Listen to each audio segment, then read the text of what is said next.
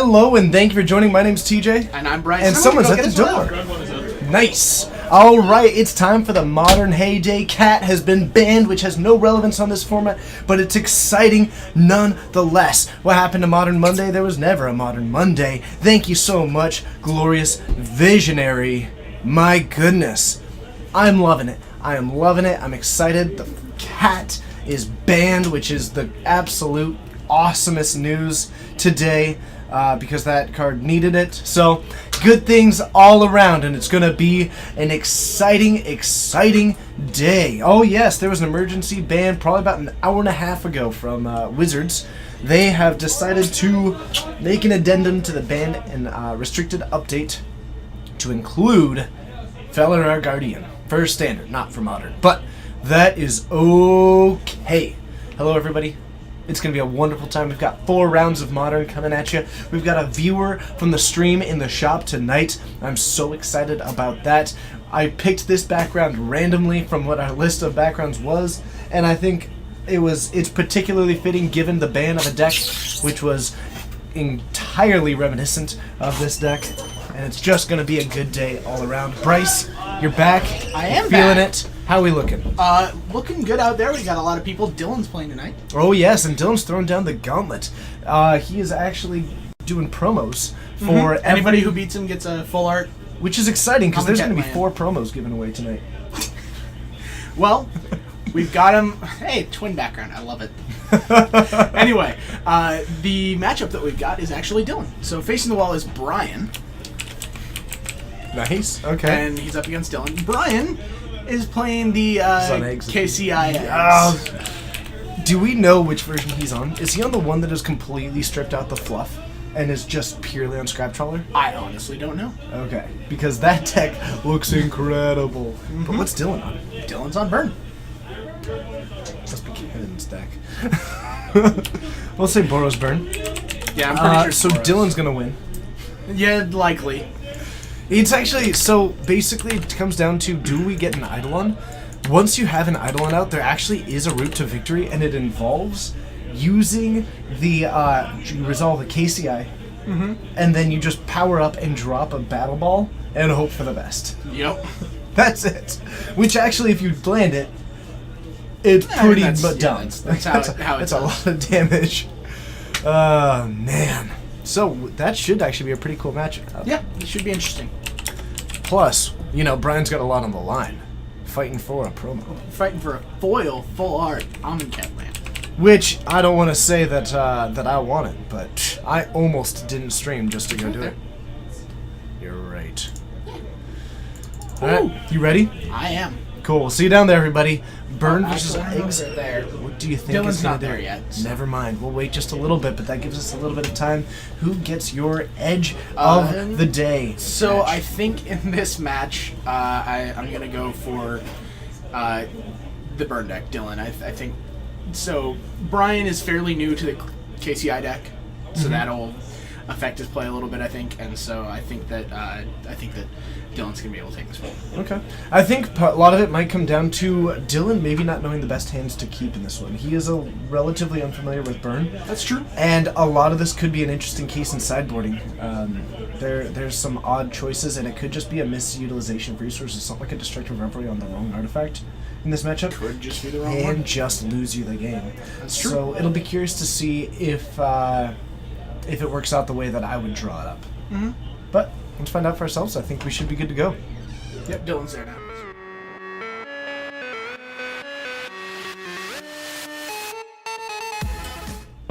All right, and the players lining up. Dylan on the right, the store owner, just doing a little bit of fun and games today. Historically, he's just Getting to play. oh yeah, just jamming a little bit, having some fun. You know, it's always sure. nice. Otherwise, Brian, a player in the nearby area, always a lot of fun to have him around. Always playing something a little unusual. I don't think I've ever seen him on something that I would consider the top deck. He's always coming in hot from something. from left field. He's actually been playing a lot of the Jund Shadow deck recently. Never mind, I stand corrected. And he played Dredge when it was the top deck. That one I would call wonky, even if it was the best deck. That's fair. I'm not going to dignify that with a response other than this, Tevin. Ooh. Chromatic Sphere from Brian off of that Sanctum of Ugin, and Dylan kicking things off. Dylan's like, look at that. It's a totally sweet Tron deck. Honestly, I'm not sure if Dylan knows what he's up against, and Dylan has been decently disconnected from playing Modern, that I'm not fully aware of what he may actually be going for here. Is it Naya? It might be Naya. I didn't think to look through the library, but if someone's mentioning it, I'll change it. You're switching it to Nayatron? Wrong spot. Okay. Yeah, he's got a Natark's Command in his hand. Yep, looks like it. Better not have a wild And a Mikado. Glimmer Void. Mindstone coming down, could be another egg coming off of that. Has the Krark Clan Ironworks in hand. Has next turn drop that, produce upwards of 4 mana, but I'm not sure if there's a payoff piece in hand at the moment. Let's get a hat that's appropriate for the occasion. You mean this one? Yeah. You'll be in Seattle for 3 nights. Anything you should see while you're there for your interview? I mean, as far as it goes, hit the tourist stuff. Seattle Pike Center, Place Market. Pike Place Market, Space Needle. Science Center's pretty cool. Pacific Science Center's great. So Check out the EMP as well. I was going to say that one, now I couldn't remember the name of it. Thank you so much. EMP and Science Fiction Museum. I didn't even They know are that was together. there. Oh, I haven't been there in so long that I didn't realize that was there. So, Goblin Guide and a Monastery Swiftspear bring in the noise. We're going to be down to 11 on Brian's side of the battlefield, looking for a way to dig himself out of this. There's a lot of damage coming in off of that Lava Spike as well as the Swiftspear. Total of 7 damage last turn, plus the 2 damage the previous turn. Can Brian do it this turn? Because he's got a... Dylan does have the Atarka's Command, which remember that is representing 9 damage next turn. Time Night, you're going to be near Ballard, so try hitting up Card Kingdom. Card Kingdom is also right in the area. And they have a pretty cool stream on days that aren't us, which means that I can say check it out. That's true. Clever us. So Dylan gonna gain 1 life from this Grove of the Burnwillows. What's up, Sad okay? Can we pour one out for some homies? Sure. Oh, this is empty. Looks It's like not. it probably isn't. I felt waiting it. I believed and then I reconsidered. Alright, so looks like Brian's going to take a Scrap Trawler, so Oh, yes. could be getting going. Oh, yes. Miffy, I would love that. It's going well. I hope that you are having the Be great coolest to of see. days. Okay, here's another mana to cast an Engineered Explosives on 1. That should slow Dylan down a little bit. It does, definitely does that. The interesting thing is You that should it activate does... it now. Yes, in a deck against Bonus Charm. You probably want to. Notably, And it you is going just to drew mess Bonus with the... Oh, what a beautiful time. This is going to be great. Now it is actually going to be an interesting question. If Dylan does that, he's setting himself up to win next turn. Now, Brian doesn't here's have the a whole lot of attack. options here. Hey, a land. Let's see if we get this going. Oh no, you definitely should crack your egg first, because that's gone. Yeah, they're What's Chromatic Spheres, CMC? I love the way that you asked that. Excuse me? See, what he could have done was used it to draw a card and then used the mana to activate. You're staying by SeaTac? I know very little about staying in SeaTac, unfortunately. Oh, you're staying by SeaTac, so you're staying in Seattle. You're staying near. You're not really staying in Seattle then, as far as that goes. So Dylan drops down a Monastery Swiftspear, second main phase, and a Grim Lavamancer. Does explain a little bit of the choice there, but I still feel like firing off the Boros Charm, Yeah. knocking Brian down to a 7. Yeah, Boros Charm. With a Swiftspear and an Atarka's Command in hand, Mm-hmm. that just seems like living the dream. Yeah, you want to Boros Charm there, keep your creatures, because the creatures are probably the most important part of Modern Burn.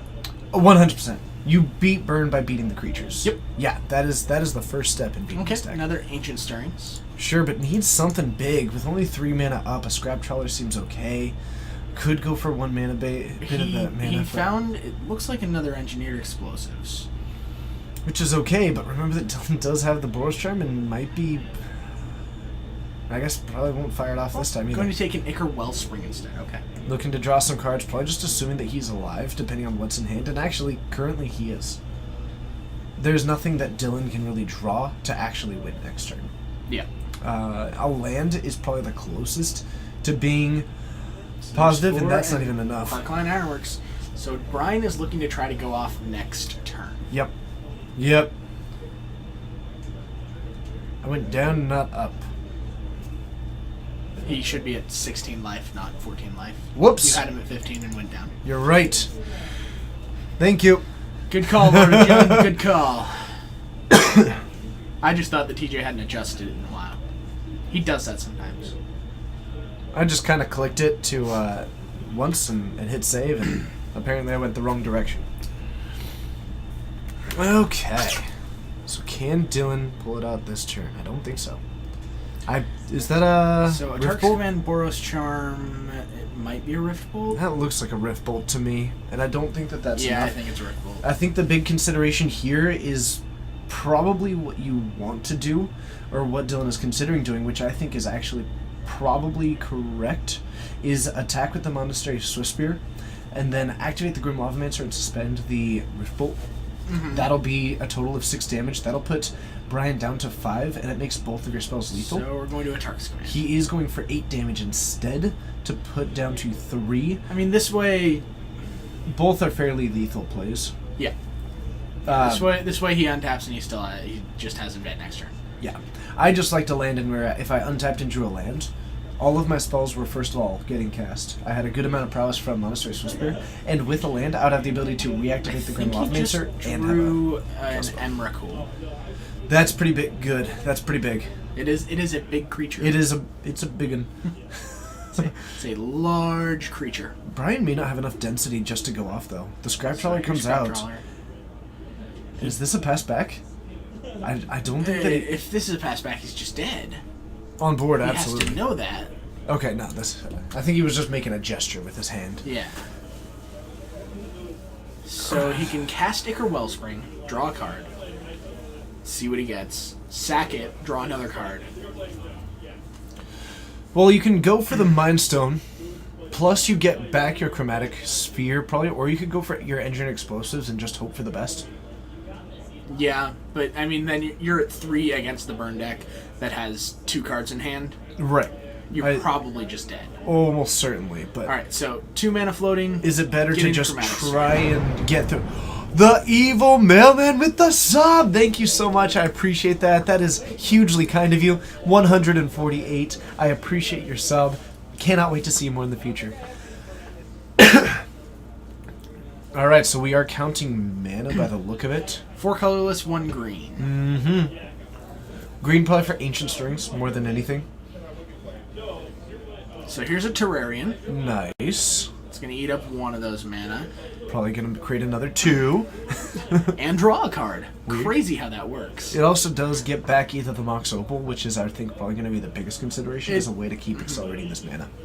Likely gets back Mox. So Dylan is F6ing and walking away from the table. Yep. This was a classic back in the eggs era. There's even a loading ready run skit. Yeah. I'm gonna go. Whoa, suck that one. And we're gonna need another die here. Dylan decided to check in to see if he's all done. Nope, not yet. Not done yet. He has not killed you yet. Now, notably, we are at 9 of the 15. Just for the Everflowing Emrakul. Chalice for 0 and sack it for 2 mana. Make that 11 of the mana needed for this. Play this, sack this for... You'd probably sack this for 2, right? You don't need to draw a card. You have Emrakul in hand. Basically, you're just trying to get your 0 CMC artifacts. Are you back talking about that the you can Mind Stone? sack. Yeah, he's about to cast Emrakul. Oh yeah, Emrakul is good. Annihilator 6 at an opponent who's Hey, at look, 16 Emrakul. and hitting for 15 is not shabby, especially when you have a scrap trawler. TJ is a Goa Old? Are you a Goa Old?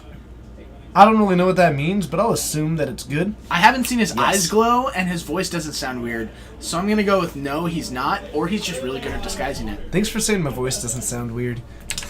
Well, if you knew about the Goa Olds, then, you know, you would know what I'm talking about. This is a Stargate reference.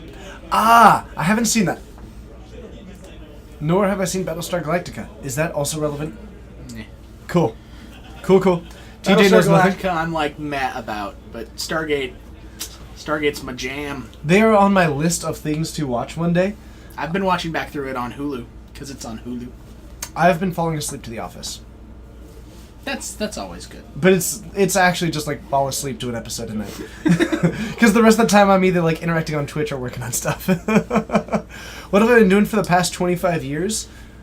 Stargate SG-1 released in 1997, I think was when You season mean the 1 last released. 20? Get your facts straight, Alexis Bros. What's up, Ralulk? Hello to everybody. I hope you're all doing amazing and awesome. It's so good to see you all again. There's 80 of you out here, and I just appreciate so many of you. It's fine commentating and breathing. Sweet SpongeBob reference. Oh, that is funny. That is funny. Bringing in Kataki and Destructive Revelry. Why is there Kataki in the sideboard? Kataki has showed up in a states list recently, and a couple of people have been trying it out. I'm pretty unthrilled with it personally, but it does its If I thing. remember correctly, in Top Level Podcast, Michael Flores actually talked about that because the guy who did that was a friend of his, and he just couldn't find his Destructive Revelries. I actually think I heard that as well. And that's why he played Kataki. So it's a mistake. Don't do it. I don't think that it's really what you want to be No, you doing. don't want Kataki. Things that you take out, I like taking out the Searing Blazes, and I like taking out, is that Skullcrack as well? Skullcrack's Might an be. interesting choice. It's actually pretty doable, but I actually agree with that one significantly more. I would take out a bunch of Helix and a bunch of Searing Blaze. Any Searing Blaze in there I want Yeah, out. you're not planning on killing creatures here. I would also actually be taking out the Grim Whoa, Lavamancer he potentially. brought back in a Searing Blaze. Probably just for the Scrap Trawler, but I think that's a mistake. Yeah, usually Scrap Trawler comes down when they're planning on winning. Yep. Huh. You and more Xena and Hercule revive I have no idea. Let's see. I have seen like an episode of X-Files. I've watched a tiny bit of Star Trek: The Next Generation, Okay, mostly The when I'm Next sick Generation. and stuck at home. And Star Wars I have seen, but not the Clone Wars, not the animated one. Okay, that's fine. I don't need to have seen that. I've never seen Xena, never seen Hercules. Never seen Xena or Hercule? Nope, Jeez. have not. Oh, TJ, every time I'm in here with you, I find out about more and more things that you haven't seen. Yep. That sounds pretty accurate. That's Very accurate. How do we feel about the emergency ban? Well, Bryce found out when I told him as he was stepping into the booth. I was in the car and reading. When did they announce it? Was it like 5 or something? Like 2 hours ago. So It was like like 5. I think it was like right at 5 or I something. literally- Or no, it was so- actually I think closer to 6. Okay, so literally, I got out of work at 5, went to my car, drove home, got home at about 5:30, changed shirts, drove to my parents to get Eric, then we drove here. So I was literally driving or changing clothes the entire time that was happening. So I had. I no do chance both to of those check. at the same time. That's how I know. You drive and change clothes. Yep. At the same time. Yep. Sweet. Yep.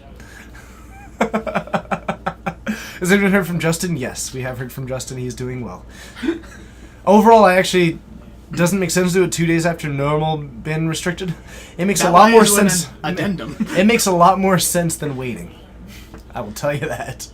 However, I am planning on investing in a sign that says "Unbanned Twin" to put outside of WotC. That sounds like a good way to waste your money, just like you did on Twin. Wrecked. So, Dylan's going to be on the play here. He's going to go for a mulligan. Yeah, I just roasted you. Like a marshmallow. Man, that felt good. Top made sense. Top was coming for a long time. Oh yeah. Honestly, Top seems like super reasonable. They've had a long history with banning the enabler, not the payoff. I think Terminus would have been another reasonable hit, but it would inevitably have become a problem again, Oh yeah. just through the nature of things. So I think actually Top was probably the right call. I completely agree. Plus, Top just slows everything down when people don't know what they're doing with it. Yep. If you've ever played in like a commander game where you have like 3 people with tops, that game is automatically 2 hours longer. But question is, why is Mardu Vehicle so good? Its creatures and removal? Because it was the only deck that had a chance against Saheeli. Largely because of unlicensed disintegration. And walking ballista. Yes. Like, that's why. And actually it took a huge hit because reasonable cards were printed, and because Saheeli went up to being 55% of the meta instead of 35. Hooray! Got attacks for a second turn in a row. This time drawing Brian a card. Nice. I do like drawing cards in red. The Rush! Thank you so much. It's great having you here. Thank you for the sub. All on Hat Hype. I do dig it. I love it. This was a gift from Melvin the Muppet. Showed up in the mail yesterday. Very nice of him. So nice. So, and a Rift Bolt joining it. We do still have...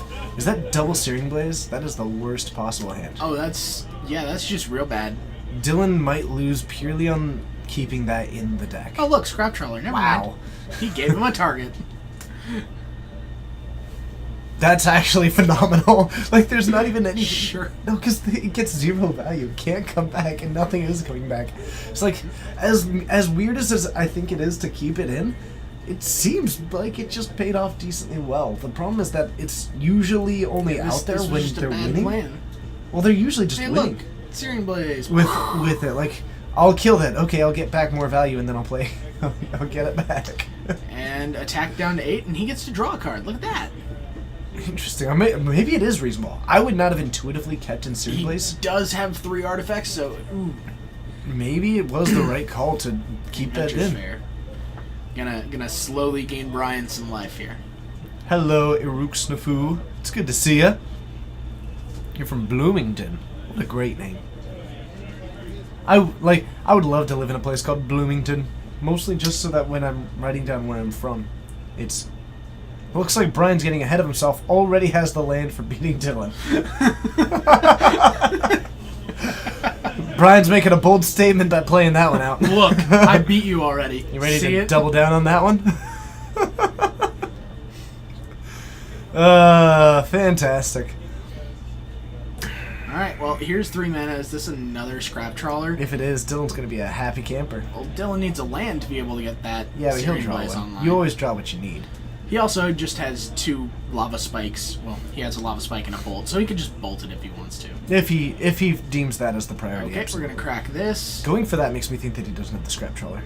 I saw a Scrap Trawler in his hand. Oh, really? Maybe he just doesn't intend to play it this turn. Could be the case. I don't know, I'm surprised. Everflowing Chalice for 2. Okay, that makes a bit of Nailed sense. it. And play a couple of eggs. And then that Scrap P Trawler starts to look pretty great Yeah. on that board. And it doesn't... Told you. We're going to see a Lava Spike and then a pass, keeping up fetch for Searing Blaze or Lightning Bolt at the end step. Bolt. Yep. Otherwise, Brian is going to be down. Actually, you know what? Do you just go for the win? What's the win? Well, Brian's at 9. Okay. So he goes Oh, to no, he 7. puts him to 1. Yeah. I was Never mind. like, what win I'm are dumb. you talking about? I'm down. I think it just Lava Spike. For some reason in my mind, it was like, Goblin Guide's another bolt. And I'm just wrong. Okay, so. Searing Blaze is just sitting in Dylan's hand like, look at me! The best part No about Metalcraft this, for Opal? What are you talking about? I think the best part about this is that Dylan isn't totally dead to an Emrakul.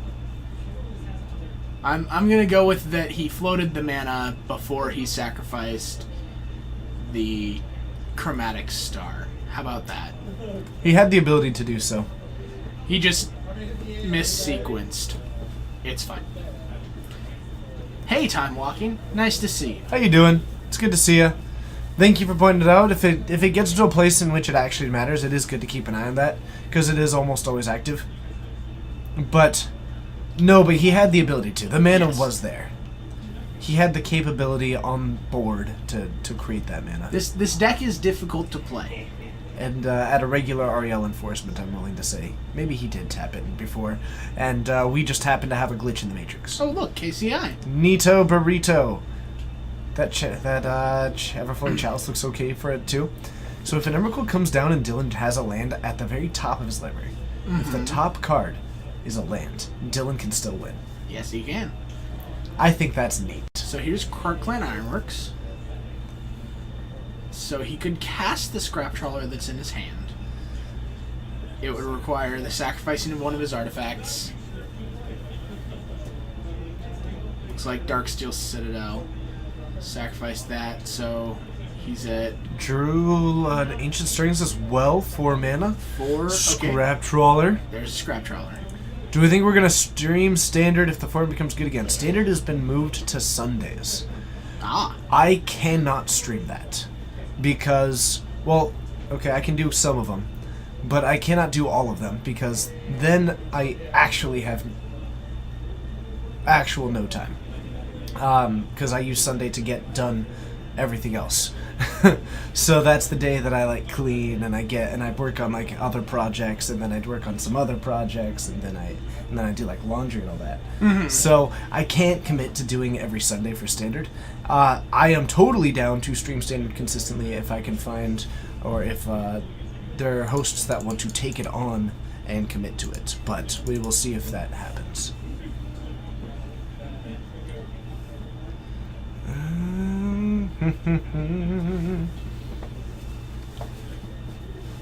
How do you think this compares to Gift Storm? I think both are reasonable. Depends on the hate that you expect. Gift Storm is a lot weaker to graveyard hate. This is a lot weaker to artifact hate. Yep. And this deck has a somewhat tough time dealing with, Stony Silence. Exactly. Personally, if I were going to an event, I would probably play this one. Yes. Just because less people know how to play against it. The best being, I would assume that, at a regular Ariel, his intent was to do the one thing. I understand where you're coming from, but it's at a regular Ariel event, and his game plan was the same, because he ended up playing things that he already had.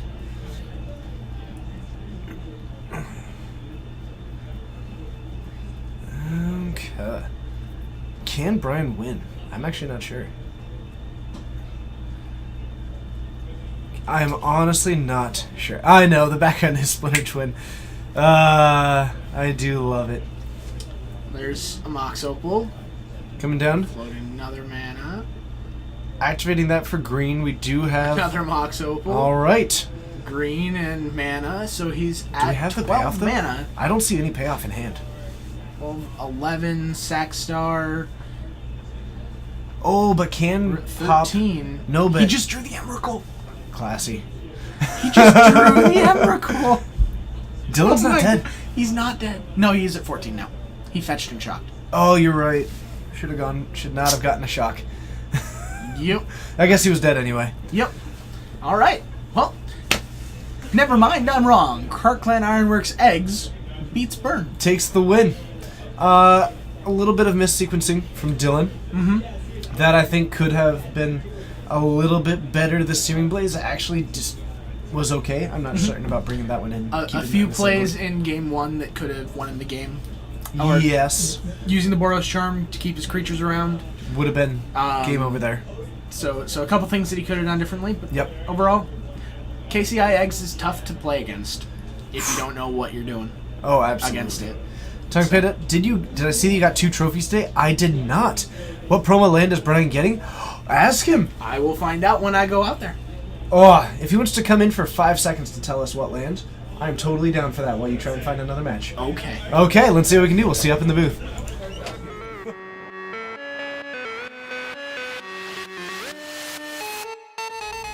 Hello and thank you for joining. My name's TJ. Bryce is out there trying to find another match, but if you haven't yet, welcome to the Geek Fortress stream and be sure to hit that follow button. Remember that you also do have the option of subscribing to the channel to get some sweet emotes, to get all other kinds of stuff. Plus, you just get to help support this stream doing what it does and let us keep doing what we do. And I'm excited about that. We've got a lot of cool ideas about how to utilize that in the future and ways to go about it. But other than that, be sure to just hang out, and guess what? Can you get your hype hats on? I've got mine on, and maybe you're feeling the hype too. This Sunday, that's right, our Sundays have always been a big hit for our events. Well, we've got another one coming at ya, fresh off the press, getting ready for GP Vegas. Can you feel the tension as players get ready for not only the final GPT, but also the first ever Triple GP weekend? Players will be lining up in the modern format to sit down across from their opponents this Sunday at noon to go up for buys at GP Vegas. I'm excited, you should be excited, and you should come hang out during it. Alright, so Brian didn't feel like coming in, but he's going to be getting a swamp. Ooh, a nice choice. Indeed. A very nice choice. Indeed. Okay. So, we're going to get a Game 3. Tell me more about it. Between Coleman and I think he said his name was Kevin. The Merfolk player, yep. That is Kevin. I'm not sure where they're sitting. They okay. haven't moved quite yet. And what's Coleman on these days? Coleman is on a blue-white enchantment Enduring Ideal, I believe I saw in the deck. Okay, so he's on Enduring Ideal. Yep. Nice. Okay. Let's see what we can do. You called it. Playing, probably. Who's playing? I don't know. Oh, where's the Coal Maniac? Yeah, he's playing. Alright, so who's on what side? So Kevin's facing the wall. Alright. So Kevin is actually a viewer from the stream. Ooh. Joining the field. And he is playing Merfolk up against what we're assuming to be Blue-White Enduring Ideal. Coleman wanted me to make sure everybody knows he has played 2 games with the deck, and they were Game 1 and Game 2. Okay. So judge him harshly. We should talk about the Felidar Guardian ban. I mean, like, the only thing to really talk about the ban is that it took 2 days too many. Like, this was not weird because it was a couple weeks early. It was weird because it was 2 days late. It was the fact that they didn't think it needed to be banned was absolutely shocking. So they wanted to see what would happen, but that's everybody reasonable. complained. That's reasonable, but I don't know. I know that it's a different perspective when you're from their perspective. I know that there's a different perspective, so I don't want to cast too much shade. And good on them for re-evaluating. Yeah. So let's head on down. Game 3.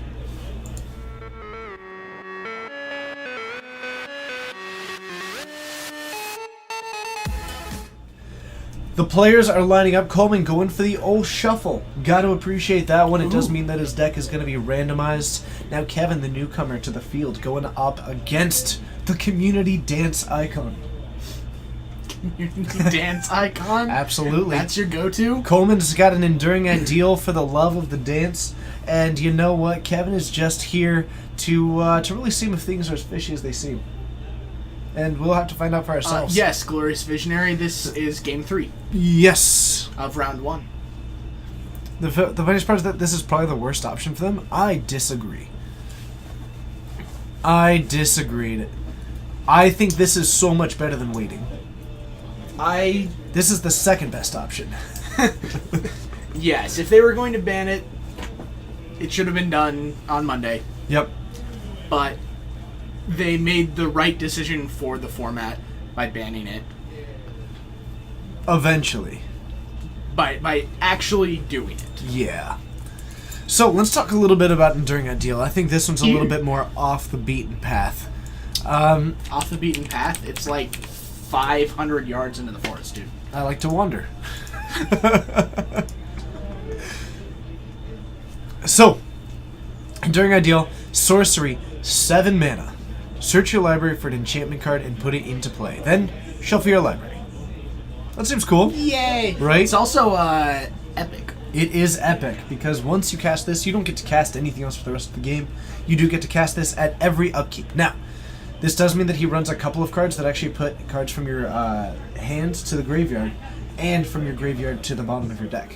Now, I don't know the blue win condition as much. I have to assume that it's based on something using an arbitrarily large amount of mana. Well, I saw Starfield of Nyx. Okay, so maybe he is just going for that and using the blue for things like the sphere, as opposed to the red version, which actually uses Form of the Dragon, along with Phyrexian Unlife to continually reset your life total at 5 while dealing 5 damage. Which is sweet, by the way. It is. It is. You have to deal 10 damage and Porphyry then Nodes. kill you. That's a sweet card. Porphyry Nodes is a very good card. I like Porphyry Nodes. I think an interesting thing about Porphyry Nodes is that people are often a little bit cautious with it. Very often people don't look at it as a one-for-one. They look at it as an arbitrary, like, once you play it, you want it to be around for the rest of the game. But against a deck like Merfolk, first of all, the card's bonkers good against Merfolk. And imagine the tempo win if Coleman drops this down on, say, turn 2 after a Merfolk is on the battlefield, and suddenly Kevin is on this game plan of don't play, either play creatures and lose them, which is a bad game plan against a deck that's also going to be, making it pretty difficult, or take a turn, maybe even 2 off from casting cards. That sounds abysmal to me. Definitely true. And so, I believe Kinetic Stasis said that Leyline seems poor in the matchup. My guess is that Coleman keeps it in because of the fact that he can have it be a 4/4 when he has Starfield of Nyx in play. It could also be for devotion reasons. I don't actually know the answer to that one. We also don't entirely know what came out of the... Oh! You know what because Kevin is running 2 Vendilion Clique in the main deck. Ah, okay. Yeah. So, in sideboarding between games 2 and 3, I did see Coleman bring in 2 Pithing Needles. Okay, so Pithing Needles for the Ether Vial. Likely. Yep. Alright, so we do have the pre-game Leyline of Sanctity. Do we know if he's playing Form of the Dragon? I imagine that in a blue-white version you do not. I believe he does not. He does run Gear Reach Sanitarium, though. Good on him. Ooh. Actually, it's a pretty We cool can't card lose for being able to Sanitarium? put cards into the graveyard without running things like Peace of Mind. That's true. And who doesn't love a good Can't Lose Sanitarium? I do love me a good Can't Lose Sanitarium, though he likely is still running a Peace of Mind so that he can tutor it off of the Enduring Yeah. Ideal.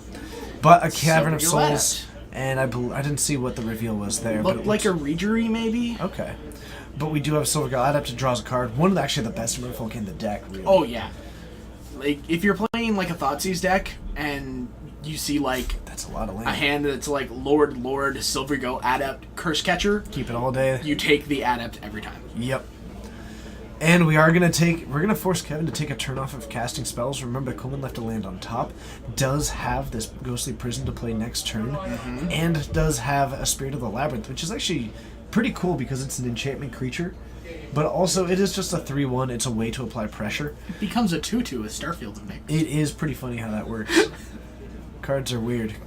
Also, see the Nykthos. I think. Does Starfield of Nyx make... Is it It's non-aura enchantments, right? I imagine that they would have put some contingency since all the cards are in the same, world, Oh, look, so to speak. Spreading Seas. Hey, another enchantment. As long as you draw all other non-aura enchantments. So yeah. Yep. Yeah, because it does it to all of It the... affects the base power and toughness. So, Ooh, look, Hallowed Fountain. does have another And white source two. available, drops down the Ghostly Prison. Kevin decides to take the turn off from casting, so now a bit behind. Didn't leave up a blue mana for the Spell Pierces, which are actually in the main deck. He took went- the turn to cast Exactly. Spreading Seas. Exactly. I would have almost liked... I'm not sure how much I like it, but cutting him off of a color potentially is pretty appealing. I'm just not sure how confident I am in that after Serum Visions gets resolved.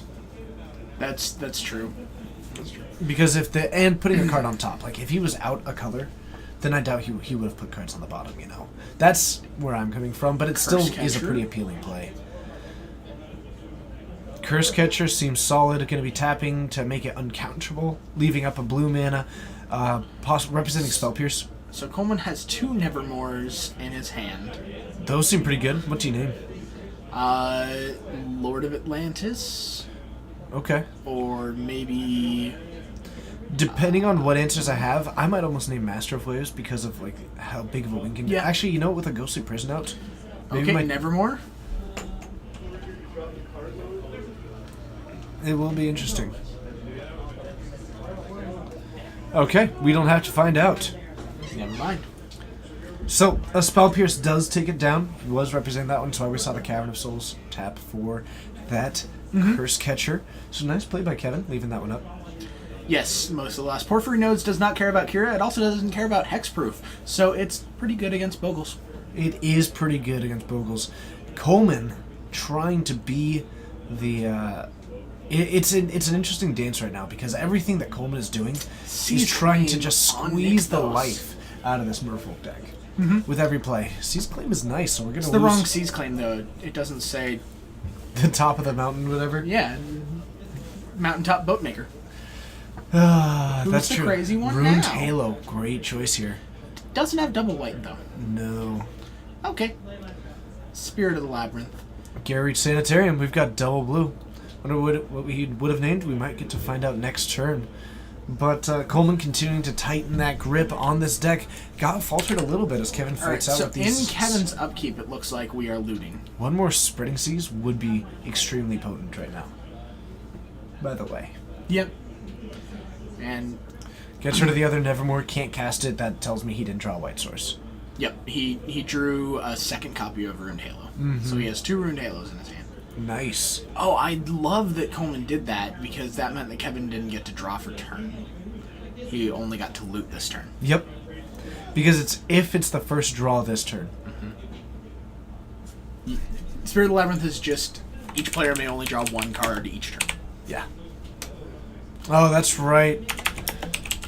This is a classic combo. Yep. This combo is just classic. This is I'm going to lock you out of cards for the rest of the game. Yep, and you won't have the opportunity to play them. Yep. Okay. Do I ever board out Gemstone Cavern on the play? I haven't yet. I haven't started playing around with that yet. I guess it would be reasonable in aggressive Time matchups. walking with the sub.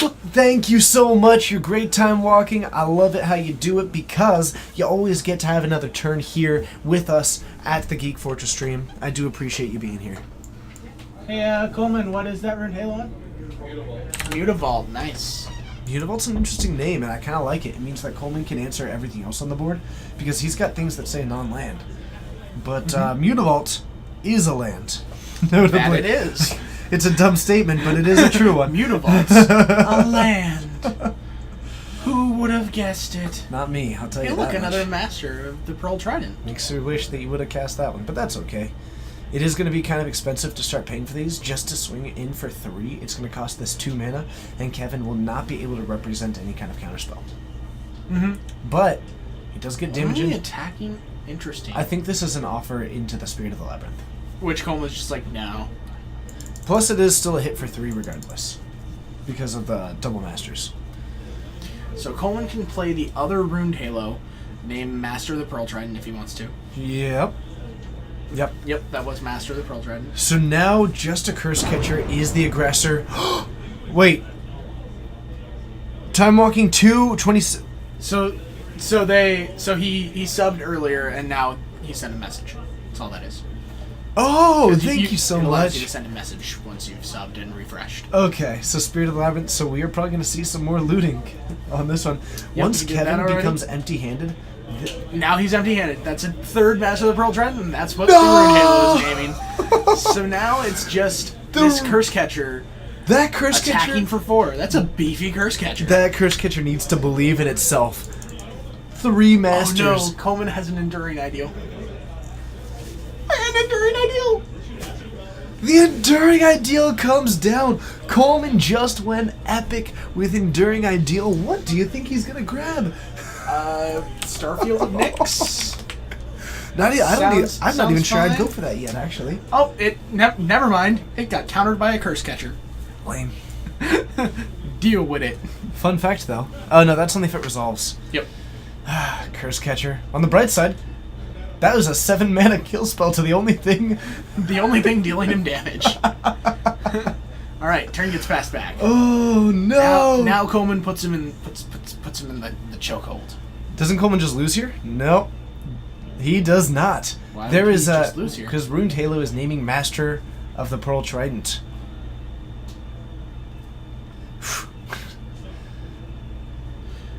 Interesting getting rid of Oblivion Ring instead of Serum Vision. I mean, he doesn't really need it.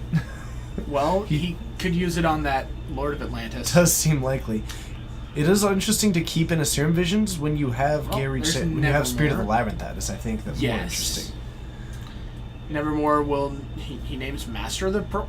Doesn't want him to cast a fourth one? I suppose. I don't know, but suddenly he's actually in trouble. He's at 6, and 3, he's... 4, 5. He's down to 1.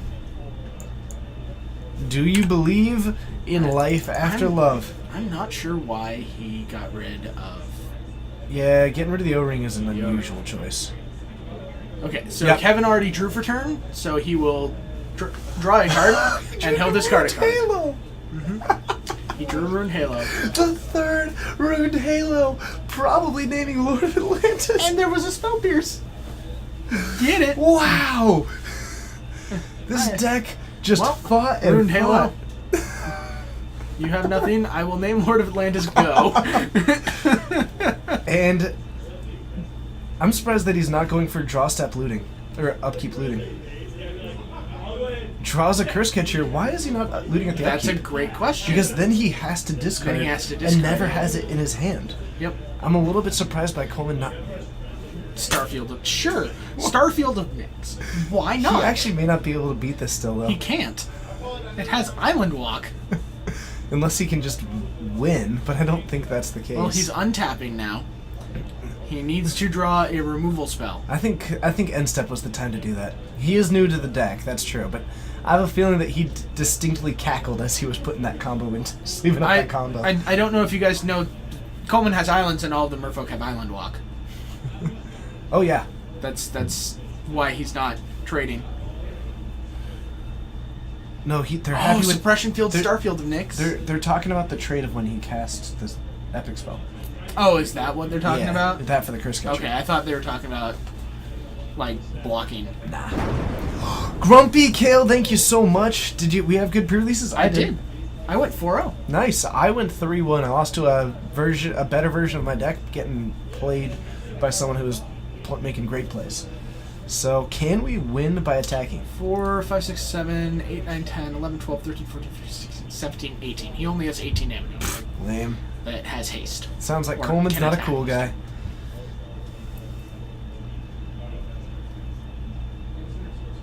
Sacking that would give Coleman the win. Or at least it would get him closer to it.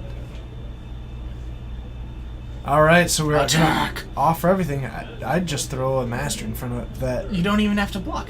Well, I You mean, just go to 2 and he's dead. but if you want to play cautious, or if you don't want to feel like counting up all the power, or if you're unsure of it, I wouldn't, like, just no blocks. sure, why not?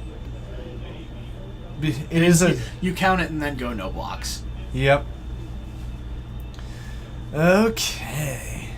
It's 4, 5, 6, 7, 8, 9, 10, 11, 12, 13, 14, 15, 16, 17, 18. I'm not counting wrong. I don't believe so. I don't believe you are. Unless there's something that we're missing. Yes, mostly lost. He did not sack it. Yep. Yep, you went 0-2 drop, lost the second match because you were deadlocked, ran out of cards first. No Walking- Geek actually had a game 1 go to time with one person with Gideon Emblem and the other person with Worship. Nice. That's pretty great. The two-headed giant did have someone who lost to decking. Ooh, Yeah. down to 2. Block the halos. There's not a whole lot of reason to, more than anything. Like, you can, it's an option, but you can also just fall down to 2 and attack with anything and And win. there's the attack. Coleman There it offers the is. handshake. Unfortunate that using, and I think he's pointing at saying, I lost because I didn't do that at the upkeep. Because I didn't do that. Yep. Good to know, Coleman, for the next time. We'll have to see you another time. But in the meantime, I have no idea what the clock says. I kind of just guessed with the time. Take a look. There's 3 minutes left. Okay. So with I'm only going to assume we're not going to get anything. And we'll just that get round 2 when it's ready. strikes me as likely. Block the Halo naming master, but you don't need to. You just win. Yeah, you just had him dead. You just get to go no blocks. Inklet, it's so good to see you. I can't tell you how excited I am. All right, we'll see you up there.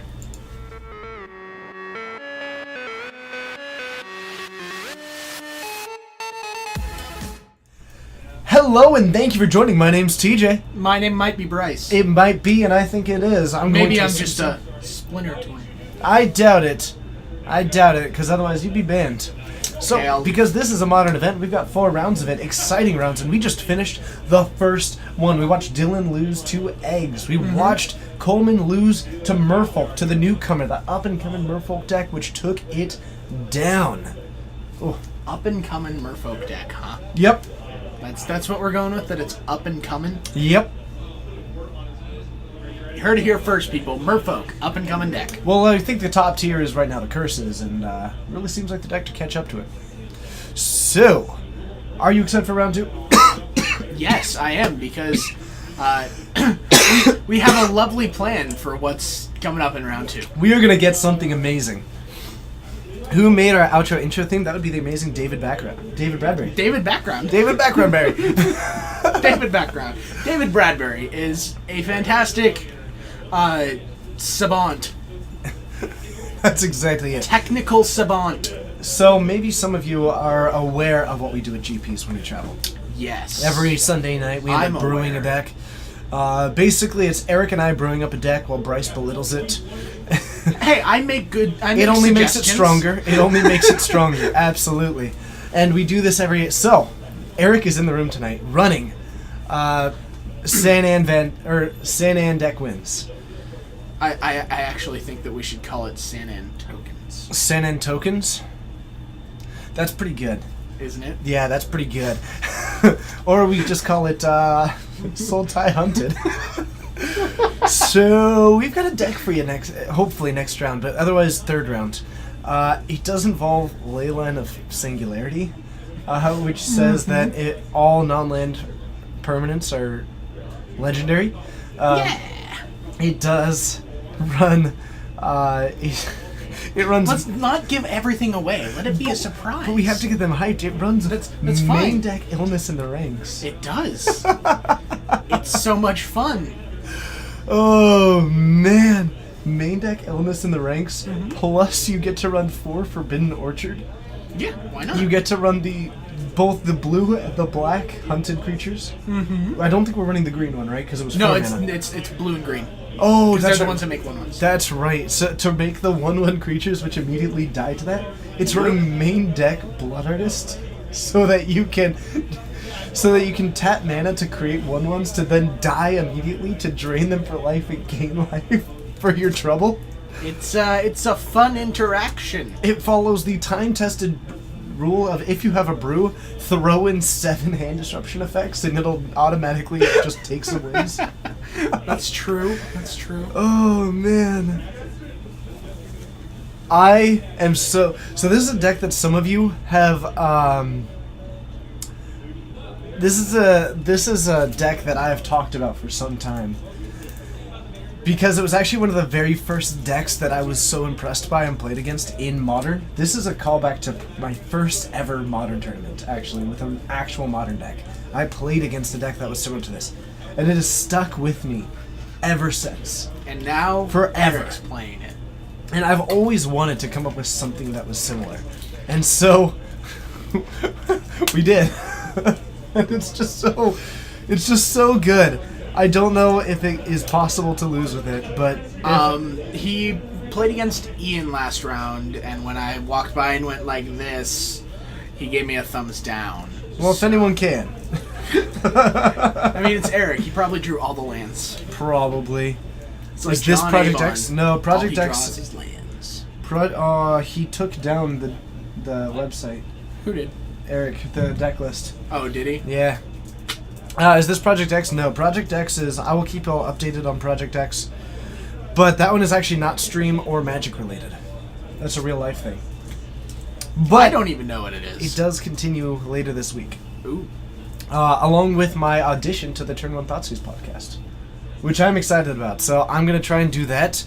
So if any of you happen to know of the Tournament Thoughtseize podcast, feel free to let them know that, well, I guess, if it's true, let them know that you'd like to see me there. Because I'm excited. I'm hopeful. Every other week to get to make a sweet podcast, talk about Modern and stuff. Why not? Yeah, my head's so shiny. It is shiny. It's because it's made out of actual gold. Oh, quick note. Thank you so much to Melvin the Muppet in chat. Gifted me this hat for my birthday. I'm quite excited. Melvin Muppet, he's in chat. He gifted TJ this awesome hat. What? Wow. My goodness, I'm going to call you Skittle because you're better than Eminem.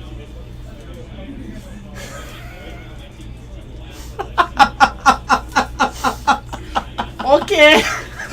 Oh, you're talking about Storm versus KCI earlier. What about Elves? Elves look sweet. Boy, this is 100% based on what you think is going to be at the meta. But when was my birthday? It was on Saturday. It was on Saturday. You've never been sure if the It's Not Stream Magic related was like I'm Not a Rap Batter from Rap Battle Parody? No, it's actually not stream or like it would affect streaming and Magic, but in a positive way. Check yourself. Fair That's enough. what he was saying. I said because Skittles are better than Eminem. That's exactly what TJ was saying, Dora. Never mind, we got there. Wait. We got there. Yeah. When Oh, you're was saying that Skittles are worse than M&M's? Then you're just wrong. actually I think it's debatable depending on my mood. Like they're just different to me. Fruity candy is always better. I'm not certain that that's the truth anymore. The older that I get, the more I realize that chocolate might actually just be the best candy. Fruity candy is great. Starburst. That's it. Skittles. We hit our limit. Mike and Ike's. Really thought that was gonna keep going. Starburst. You know, as assistant And to the I'm regional done. manager, part of my duties are to.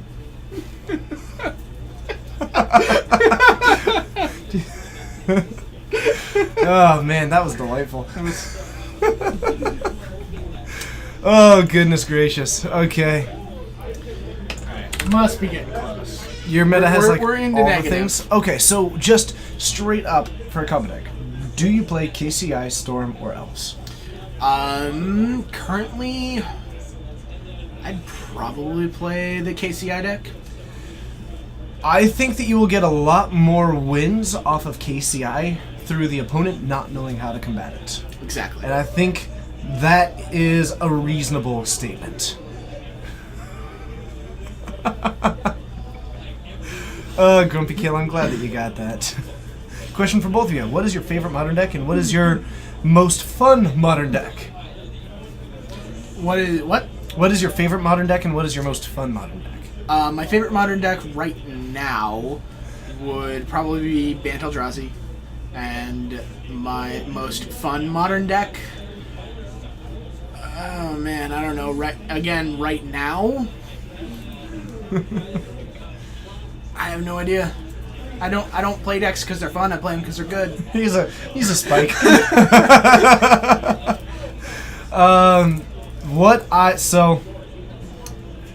I play a lot of stuff right now, but That's true. I've historically played a lot of stuff. Right now, the main two decks that I play, my favorite deck is Burn. I think most fun is, I guess, Skred of the ones that I'm actively playing at the moment. Ratchet's up. Though, Seance was a blast. Yeah. Yeah, there's a lot of stuff out there. I'm a Burn player to the heart. I tend to play a lot of that, but I certainly love a lot of other strategies. So I don't count them out. I play decks because I think playing Magic is fun, and that's the biggest thing about it. Love Warp World. Do you have a deck list that you can play? Oh, Coleman does. He used to have one. We haven't updated it to the new sets though. But Coleman actually has played a Warp World deck here. You're looking to get into Modern, trying to put one or two decks together so you can swap them if needed. Very cool. I highly recommend that you proxy them and play them with your friends before you do that. Yeah, it's lit, fam. Gucci, other hip thing. Oh, why does that say hit? That was supposed to say hip. TBH. Nice. Oh wait, maybe I did say. I don't know. I don't know. Goodness gracious. Does that snake on my hat have a name yet? It does not. This snake on my hat does not have a name yet. What about just the best non-shadow decks at the moment? Best non-shadow decks at the moment. Eldrazi looks really good. Affinity's actually pretty good against most of the... Affinity looks decent right now, which I didn't think that it did for a while. Earl Lippy. We're now naming the snake. Let's see, what else might be really good? Earl. Earl is a good name. What else could we go with for best decks right now?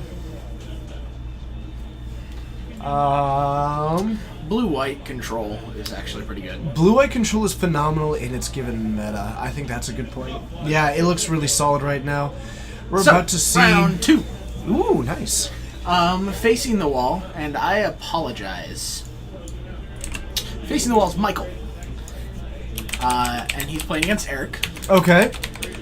Michael is on Turbo Fog. Man, our deck can't lose to that. We can help. He does nothing but drain life against a deck that prevents all combat damage. I know. We can help. Oh man, if anyone's going to though. Apprentice of Bolas! Bolas! Thank you so much for the half year of subbing. I love it. Thank you, truly, thank you so much. What was it even called? Sand and tokens. I'll just do that. No, it can't take up too much space. Alright, so let's do that. Let's do Leyline of Singularity. I really hope that it gets a turn one like Leyline of Singularity. What was the other card they were running for this? Ah, yes. Illness in the Illness Ranks. in the Ranks? You should probably start typing Singularity. I didn't think I would need it all. Yeah, I think that's probably the best one. So, Fog Tribal, essentially. Up against nothing but Drain Life. I am so excited about this. This should be fun. This is going to be quite a round two. Everybody, please do get excited. I am. Let's do it. I'll see you down there.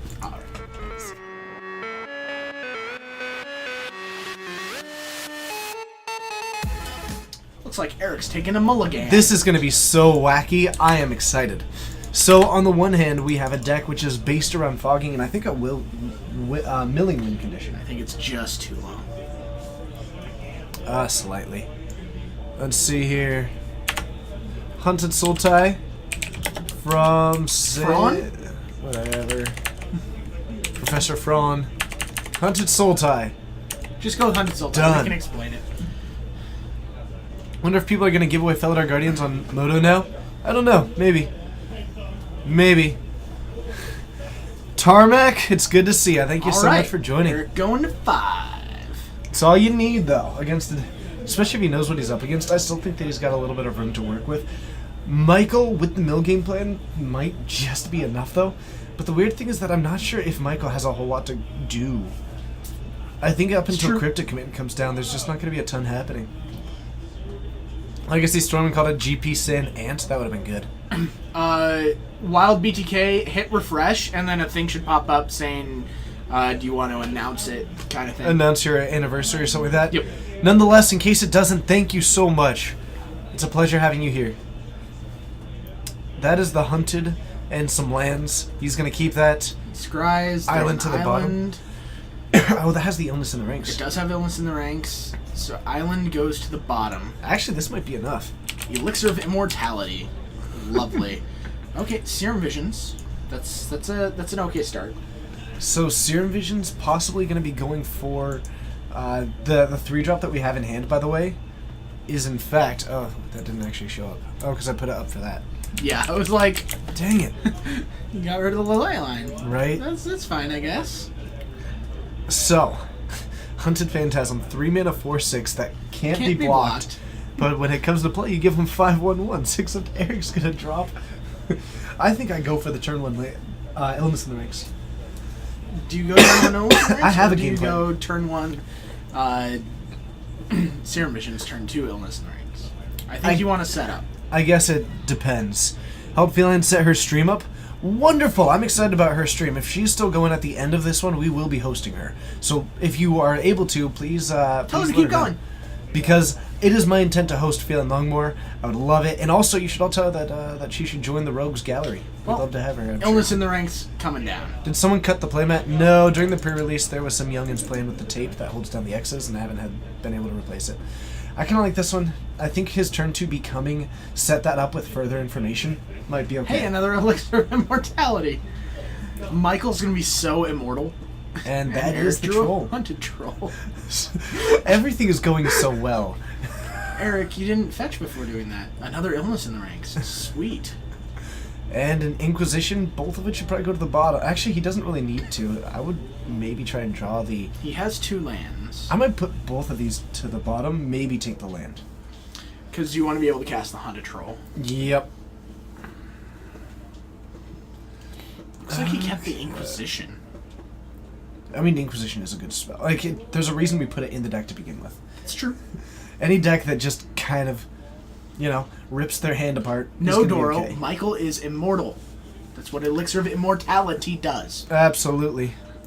Moontoad, please link Feline's Twitch account into the chat. I'd hate for people to leave to go watch it because that would make me feel bad and silly. I'm just kidding. But please do follow it. I'm so excited to check out that stream at the end of this. I'm hoping that it's going to be great. So Michael just cycled an Angel Song. Okay. And here is Inquisition. Interesting. Not going for the cast this turn. We do have a win condition in hand. Leyline of Sanctity is hilarious because the hundreds say target opponent. So if they have expert, you just play them. Oh, that's brilliant. That is brilliant. I think you take Sphinx's tutelage. I think I take the win condition, yeah. Take the tutelage. There you go. Though the dictate may have been a good choice. I don't Dictate know. would have been fine as well, but at this point, I think that helps Eric more than it helps Michael. What is this drink? This is what we brewed Sunday night at like 2:30 or 3 in the morning. Yeah, you got back pretty late. I got back pretty late. And TJ might have been slightly inebriated. No. Anyway, this seemed like such a good idea at the time. It's so good. Anyway, we built this great deck, and it's Sanan wins. Or Sanan tokens, or hunted Sultai, or singularity hunted things. Does have the blue sources Illness through in the ley line of hunted things. through Ghost Quarter. Does have the blue sources. Is Stop this the new ignoring set? you? Is the new set based on Egyptian myth? Yes. It is. Alright, so Eric gets to cast either a hunted troll or a hunted phantasm this turn. Yes. Looks like he's gonna go with a phantasm. You get 5/1/1s. Did you hear? He said you can have 5 0/0s. Yeah. I think we're just gonna cycle now and. Oh, there's a land. Nice. Now we have the ability to cast the ley line. You can't ley line him down. No, Michael's probably gonna be trying to Dawn Charm this. I mean, he doesn't want to take 4. Needs to get a Blood Artist out more than anything. If a Blood Artist hits the battlefield, it's just gonna be. But it doesn't work against the ley line because he doesn't get the creatures.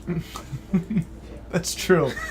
That's true. This is gonna Eric's be a weird gonna have to matchup. do this honest. This is gonna be a weird He's going to matchup. have to attack with 3 mana 4/6s and 4 mana 8/4s. Or draw the Thought Seizes that we put in there and take out the ley line. That would work too.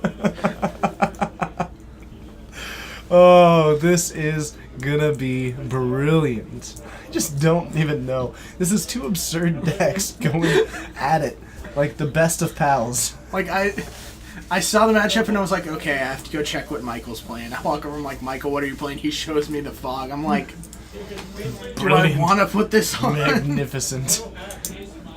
All right, well, Eric is going to attack for 4. Willing to down to take- 16. Got him. Gotcha real good. I think holding up the... I might just play the troll. Gotta pay the troll toll. Oh, Mike. You get 4/1/1s. Oh wait, they're 0/0s. Oh, Yay! goodness. I think right now it's hope he doesn't land a Supreme Verdict, because once Eric untaps, then that troll is actually going to be pretty close to unkillable. Once the enchantment in play, that's Illness in the You Ranks. didn't choose a card. Illness in the Ranks is the card in play. Yeah, Illness in the Ranks. Have some fairies, and now I've got an 8/4 with Regenerate. Do. Oh, goodness. Oh, This man. is fantastic. Okay, Eric got to untap. Oh, and he has a Forgotten Orchard. Free mana. 5-color land that doesn't hurt you. Free mana forever. Alright, Oh, I guess now we're on the this, swing and this playing. deck. This deck. I think we're now officially on the... Well, he gets to attack for 12. Yep. I think Michael's at 15, Eric's at 14. Oh, yes. If a Bloodlust comes down... Alright, we're gonna... Holy Day. Wow, odd. Fog. Yep, going for a fog effect in a deck like Turbo Fog Well, always Eric's strikes going me to as a cast surprise. another Illness in the Ranks. Hope Michael doesn't have Now your enchantment. tokens are real small. So He's going to Ghost Quarter himself, probably to get a basic island. Strikes me Looks as like he getting a wants to Blue cast. Source. Yeah, it looks like he wants to Dictate. cast this Dictate. I think so. I think he has a second one in his hand. Whew. How could you miss that, Doro? Needs more Blood Artist? It's in the deck. Eric just hasn't drawn it. Yep. It's just... It is way better than Torpor Orb, because then you get to play Forbidden Orchard. It's so good. This deck's perfect. Unless, of course, you're playing against... Turbo Fog. Yeah, that'll be tricky. Well, Eric gets to draw 2 cards. Oh, there's the Blood Artist! A Maelstrom Pulse and a Blood Artist, he can both play the Blood Artist, and then just continually ping Michael, and he has a Maelstrom Pulse too. Blood Artist. And he's got a Sup? Maelstrom Pulse for I'm going the to attack you. Leyline. For the Leyline. Is Forbidden Orchard target opponent, or is it each opponent? I think it's target opponent. It's target opponent. I know that. It's target opponent. I believe it is target opponent because I've used it in EDH. Alright, Ethereal Haze. Yeah, it's target opponent because you can give them to people who are being nice to you. Oh, yes. Alright, here we go. Time for you to start losing some life. Oh, never mind. Elixir of Immortality. Back to 20 goes Michael. Yeah, but he'll be down to 19 before long. Down 19 before long. This deck is so great. What have we done? Oh, goodness. I should have renamed this deck to... man, that's on the edge. There's a great joke about what are you doing for Turbo Fog. Okay. There's a great deck name for it. Got it. It's pretty obvious if you think about it. Tarmogoyf. Look, Tarmogoyf. Also known as Tarmagoof. Yep, just goofing around is probably the worst card in this deck. We just need something to supplement the curve. We needed a thing so that sometimes you could just be a medium Sultai beatdown deck. Yep. Oh, and it looks... Oh, gotcha. Gotcha real good. And we're gonna play a Tarmogoyf. And we... Look, Eric played a real card. Doubtful. It's a 2/3. Oh, goodness. I will attack you for 12. Probably gonna be casting a Dawn Charm. Oh, Nope. look. Holy Day. A holy day. Hooray. Who doesn't love fog? I love the Maelstrom Pulse here, by the way. The Maelstrom Pulse is Maelstrom so Pulse, great. Eric should just sit on that, because that ley line will shut down his Blood Artist win. And right now, I think the Blood Artist might almost be enough. Though there is an argument to taking down the Dictate. Oop. Land number 4. Do we go for it? Well, Sphinx's tutelage. Give us some! Thank us you some! so much! Fantastic. Give us some. Oh, good Harry Potter reference as well. That is the Leyline of Singular and an Abrupt Decay. Ooh, Abrupt Decay. Has an Abrupt Decay for the Abrupt Decay, take out the tutelage. and then you have the... Oh, does it get any better? I don't think it does. Eric's draws have Eric's been just perfect. doing real good. He hasn't been drawing too many lands. No, he's got the I just jinxed him so hard. He's got the Leyline of Singularity too, so he can stop multiple dictates. Oh, but he would take out his enchantment, but still, he runs Verdict, right? But as long as Eric keeps up a green, he's still got an 8/4. Yeah, he's still got an 8/4. We don't have a list for this one, though. We do, I will have Eric tweet the list. and I will also tweet out that Like, list. literally, as soon as I go out there when this match is over, I will have Eric tweet the list. Oh, this is great. This is just fantastic. I think I kind of like the main phase Abrupt Decay here. I mean, you can just attack. Ooh. 12, Sorry to hear 13, that. 14. Oh, this is an attack for 15.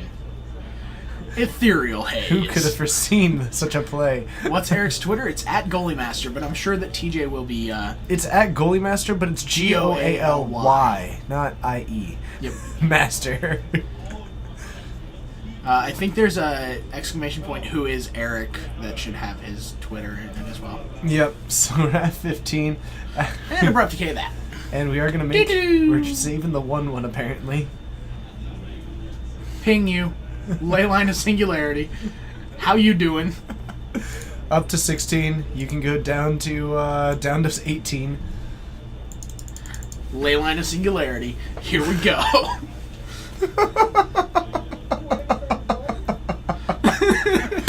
Leyline plus illness in the ranks. Because you got to cover your bases. You just gotta make sure. Oh, goodness gracious. So we're gonna draw a couple of cards. I think we did hit more of these fog effects. Really? You hit more fogs in the Turbo Fog deck? I can't believe it. An elixir. And didn't activate it. And didn't activate the other elixir. Perplexing. Gotcha. That's perplexing to me. But, you know, that's Is okay. it like a Chimera? Well, he could have gone for that at the instant. I'm perplexed by that play. Like a Chimera. Yeah, something like that. Inquisition you. Inquisition. Take the tutelage. Oh, no. Like, you're not that worried about Dawn Charm. You just take the tutelage. And there's double Leyline, unfortunately, but That doesn't do anything. It's legendary. but it means that once you take out the one, you'll play the other. That's true. Alright, we'll take that, and I will go to combat and attack you with all these things that won't deal any damage. Probably gonna be a Dawn Charm coming down. And Michael's just ready to tap it. He's Yeah, like, no Dawn Dawn Charm. Charm. Though Michael's actually running out. He's running out of fog effects. And he can't cast the Leyline because once he does, he actually just dies It's to a the large Tarmogoyf. He just dies. Yeah, to he's the- just dead on board if he does anything that Everything isn't keep about up this a is so fog. absurd. Everything about this is so absurd. Hilarious. Is it almost worth it for Eric to Maelstrom Pulse the Dictate then? It might be. Oh, he drew a land. There's Leyline. We're willing to hold on to it because Eric should. Oh, nope. You need to do that in response. He Yep. didn't do it in response. Okay. Okay, Michael's gonna let him go back. Michael being a sport about it. That's very nice of him. Yep. Gonna fall down to 17. Eric at 15 after doing some mana stuff. Thoughtseize ain't bad. You cast Thoughtseize now And because then he you Maelstrom Pulse he the has to Leyline. have drawn a. He has to have drawn one mana fog effect. Otherwise, Yes. it's just dead. Yes. Well, if nothing else, you take out the Leyline and then you Maelstrom Pulse the other one. Yeah, that's very true.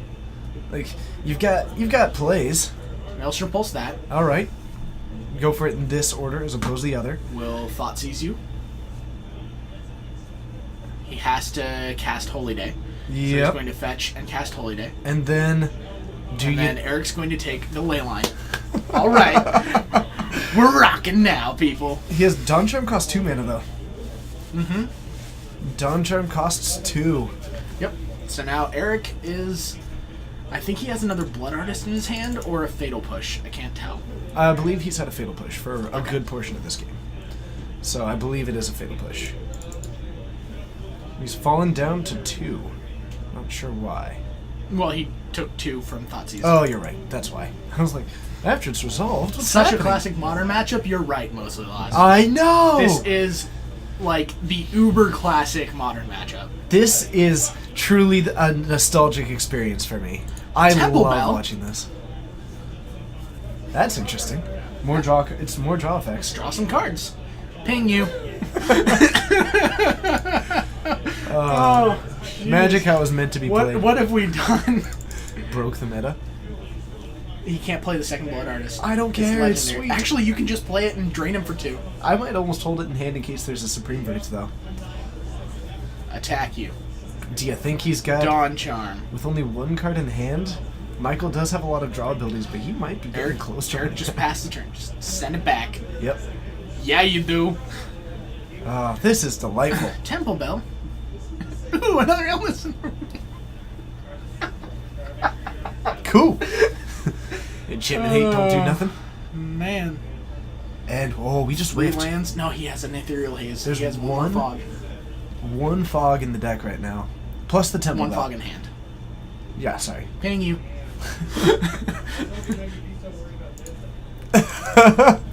Why is the blue enchantment important? Because Michael is trying to cast a fog effect every turn. Well, The there's second he Apotheosis. runs out is a... you don't want to cast that, unfortunately, but he doesn't know that. I mean, he's gonna cast it because why not? And it's going to hit a land. Ping you. And it's going to hit a land, unfortunately. Well, he's going to cast the Ethereal Haze, Yep. and now he's going to look at 2 lands in Michael's hand, and Eric's going to go, okay, Neat. pass the turn. What are you drawing off the top of your deck? I think I'm willing to hold on to everything in my hand. Yep, just hold back, pass the turn. Yep. We need to put a mana sink in Both this draw deck. a card. Oh, to draw. So even if there's That's 4 damage. Yeah, that's just. Oh man, That's a Supreme Verdict. he drew the verdict. Yeah. So Eric's going to be able to regenerate his troll. Yep. Please remember that the troll can regenerate, Eric. So he's going to regenerate the troll and then drop another Blood Artist? Eric, troll can regenerate. Alright, and classic case of not reading our cards. On the bright side, I don't think it's going to punish All him the way too down much. to the bottom. I mean, Eric can just. Well, he would have been able to attack for 8. He would have had Michael dead because he would have attacked for 8. Blood Artist. Troll. Well, if Michael doesn't have anything. If Michael doesn't have a fog effect. But he's also got the... Oh man, Eric drew 2 Forbidden Orchards, so now he can play that. Cast a Blood Artist, and he's pinging for 2 now, people. and then you... No, actually, this is going to be a ping for 6. Michael's down to 3.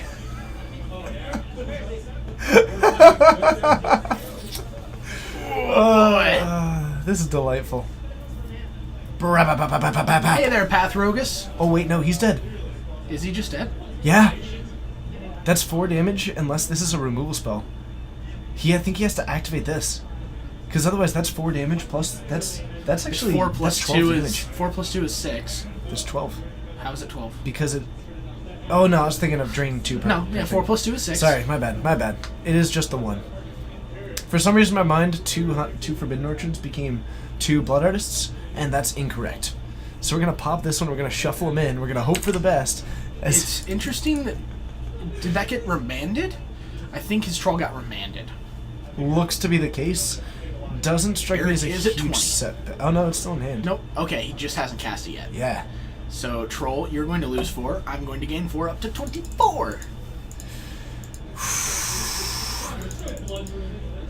So, Eric at 20, Michael down to 8, 2 lands in hand and a mystery card. Michael has to hit a fog for this Troll. The new troll causes a Blood Artist trigger? I suppose, but what's up, Pathrogus? It's good to see ya. Have we talked about the new cat bannings yet? They are exceedingly reasonable and absolutely what should have happened. Yep. They should have happened 2 days ago, though. Greetings from Brazil. Obrigado for joining. It's a pleasure having you here. I hope you're having a wonderful day. Welcome to the Geek Fortress stream. If you are brand new, be sure to hit that follow button. Also, if you do have the means and the inclination to do so, consider subscribing to the stream. It does mean the world to us. It helps us do what we do. We are working on planning things to do with it.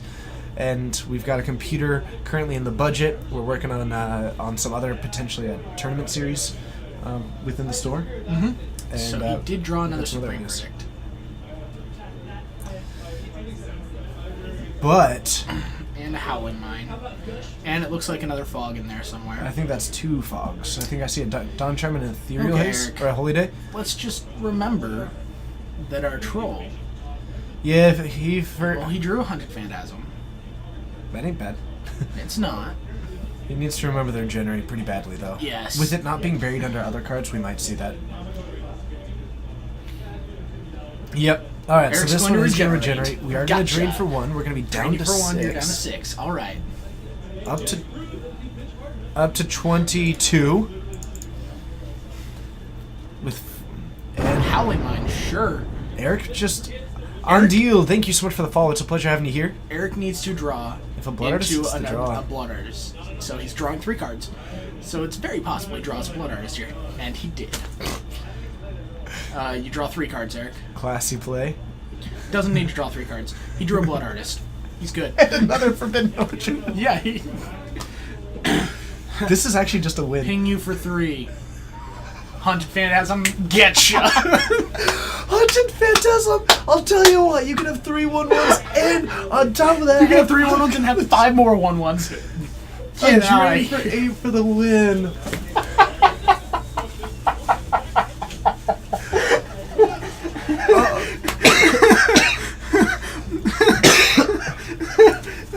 What have we done? Oh my goodness. That deck is sweet. You're right. I should brew You know mild- what? You know what? This deck is sweet. I should brew mildly inebriated more often.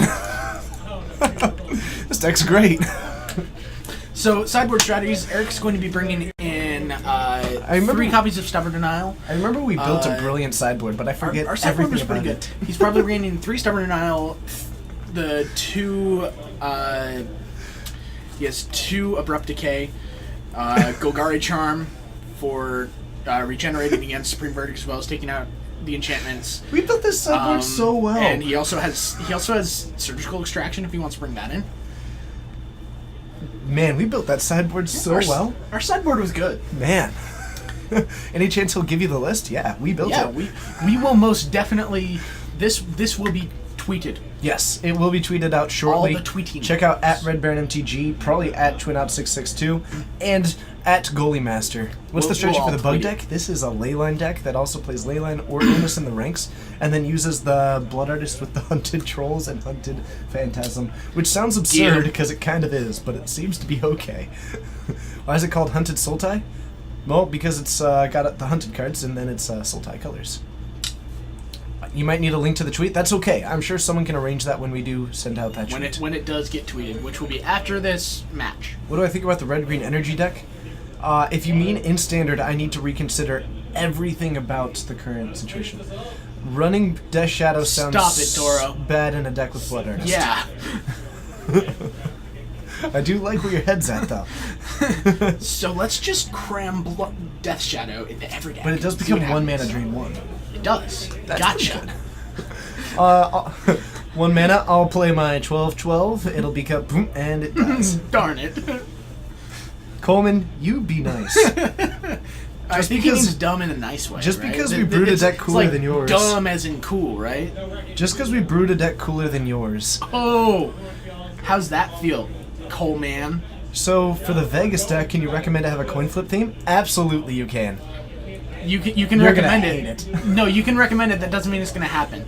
Because for Vancouver, we were recommended to do Mardu, and we did not build Mardu. No, we built a We built phenomenal Man Deck Wins. We built a great deck. What if you cut the Blood Artist for the Death Shadow and then ran loads of discard and removal? Now that seems like a good consideration. Nice call. Have we considered Bone Picker for extra beats instead of... This might be the only deck that I've ever thought Bone Picker might be reasonable.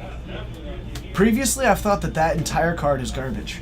But now, it might be playable in the new best deck ever. Yeah, so Cutthroat is only your creatures. It doesn't count their creatures. Cutthroat is trash in and this all deck. of their creatures are the ones that are dying. It's If kills- you want another effect like it, you have to run something like Falcon Wrath Aristocrat. Yeah, Coleman. No, sorry, Falcon Wrath Noble is what I meant. Coleman? Ley lines! Leyline fight! How's it going? I have a ley line. You have a ley line. Everybody here has a ley line. This is so great. A Stubborn Denial out on the Oh, battlefield. Dark Slick Shores. And we do actually... Serum Visions. I mean, if you find a Maelstrom Pulse...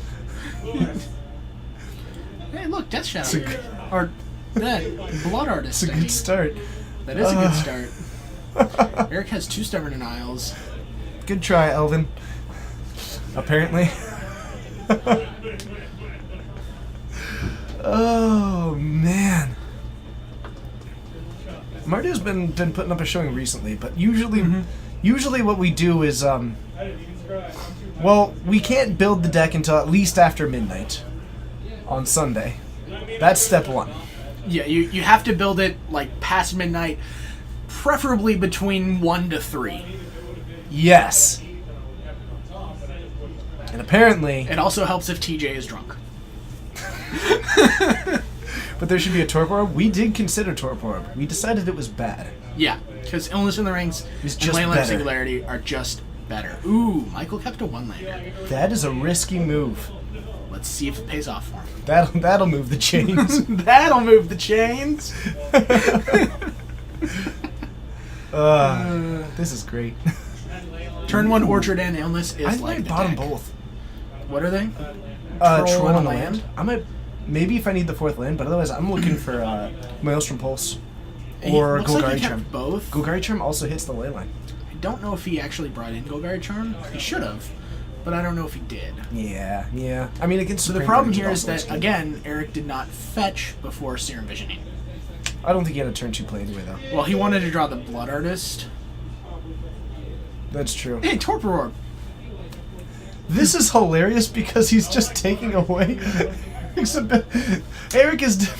Michael is doing the work for him, so now he is 100%. Well, see, what Eric could have done was he could have fetched and Stubborn and out that. He could have. But why would he?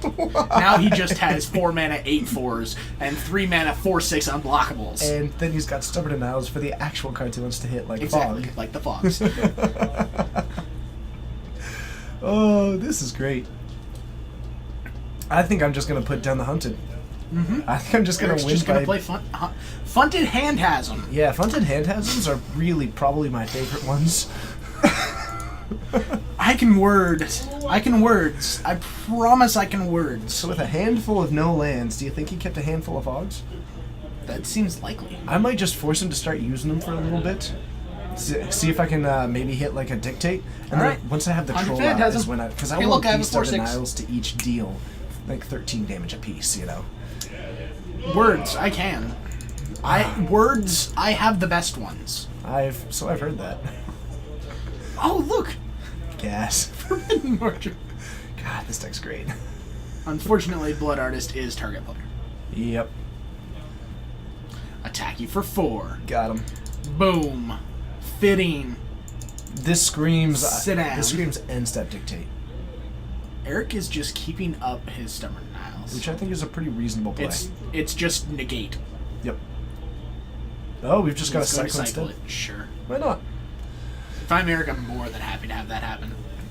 I mean, if you're gonna keep being able to deal 4, then why not keep being able to deal 4? What's up, Bryce? It's good to see you. We've got a pretty dope deck here. Playing a Torpor Orb and passing it seems a little bit risky, but okay. Nailed it. Not entirely sure the motivation behind that. Well, now Eric gets to play his Forbidden Orchard, and then he can cast the Hunted Troll, keep up either a Regenerate on the Troll if it's Supreme Verdict from Michael, or keep up a Stubborn Denial. I'm excited, Bryce. I thought you were getting out of Magic, so if you are staying in Magic, I'm quite excited to hear that news. Not you, Nice. different Bryce. I figured that when you were talking to a Bryce in the chat, Yeah, and that's- I recognized the username. Gotcha. I'm, as some people say, a pretty smart cookie. I've never really complimented a cookie in that way. Maybe you should try it sometime. I They're probably all should. the more I'm delicious. sure they'd appreciate it. He does have the Illness Rings. Illness in the Rings. Do you just take another turn to set up? I mean, if you attack for 4 and it works, Maybe. I might just attack before he I gets to decide what play to his do for the land. turn. You should definitely be attacking first. He's going to play the Troll. Okay. Pay the Troll toll. Attack for 4. I love that he doesn't even get the 1/1s because of this. Yeah. You don't get any creatures. So he doesn't Stop even need trying. Doesn't even need the beatdown game plan. So Michael's down to 11. Apparently has not hit a Elixir fog of yet. Immortality. Well, he had an Angel Song. He just cycled it. How odd. How odd. So he's just looking to gain 5 right now. Maybe try and keep those cards in hand. But now Eric gets to untap. But you know what's great? 12 damage If on the Michael board. casts Supreme Verdict, Eric gets to regenerate his Troll in response, and then the token dies to the Verdict. Oh, yes, that is true. Temple Bell. Interesting. I think that's fine. You can let that go. It forced him to use mana. I guess he'll. But I think guess stopping he'll it actually counter. feels pretty reasonable. Stubby D. Yep. No, it's target opponent. Hold on. Can you activate it if they don't have a target? Yeah. It's whenever you tap it. Hey, guys. He has hexproof. He can't get spirits. What? You have hexproof. You can't get spirits. It says target. Yep. Okay. Cannot target him. But yeah, it is a triggered ability, Yep, not it's a a cost. triggered ability, not a cost for activating, which is the important part. Eric's got Blammo. a stubby D.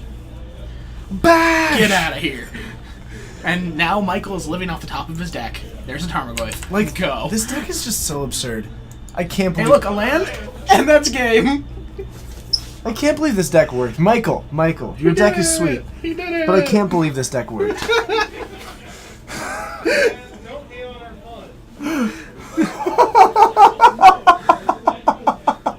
Well, That's why we put in Tarmogoyf. yep, because Tarmogoyf. Really, what happens if they completely dismantle our game plan? How about some Tarmogoyfs? you could just attack with your 2 mana like 5/7. Deck building is so 5, easy 6. at 3 in the morning. Oh, this is amazing! Why did he bring in Torpor Orbs so that Blood Artist couldn't actually do anything to him? Eric cut his Fatal Pushes and an Illness in the ranks, and it looks like he brought in just 3 Stubborn Denial and a Golgari Charm. So didn't bring in the Abrupt Decays. But anyway, I'm going to go see if I can find us maybe another match.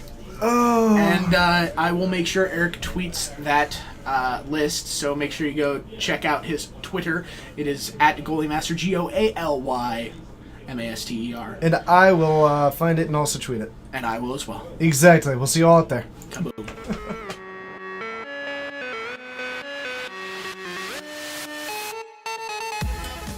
Hello and thank you for joining. We just watched Hunted Sultai take down Turbofog. Link to Twitter. Yeah. Doro, if you could handle that, I would hugely appreciate it. I am going to Eric's Twitter right now to keep an eye out for it, and we will get that out. Okay. Let's see here. So that's Eric's, absolutely. You kind of want to force Genesis Chamber in it. Ooh. That's an interesting thought. We didn't think of that.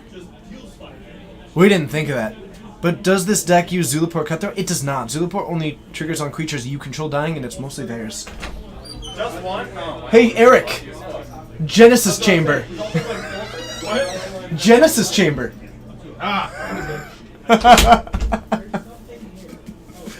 Oh, man.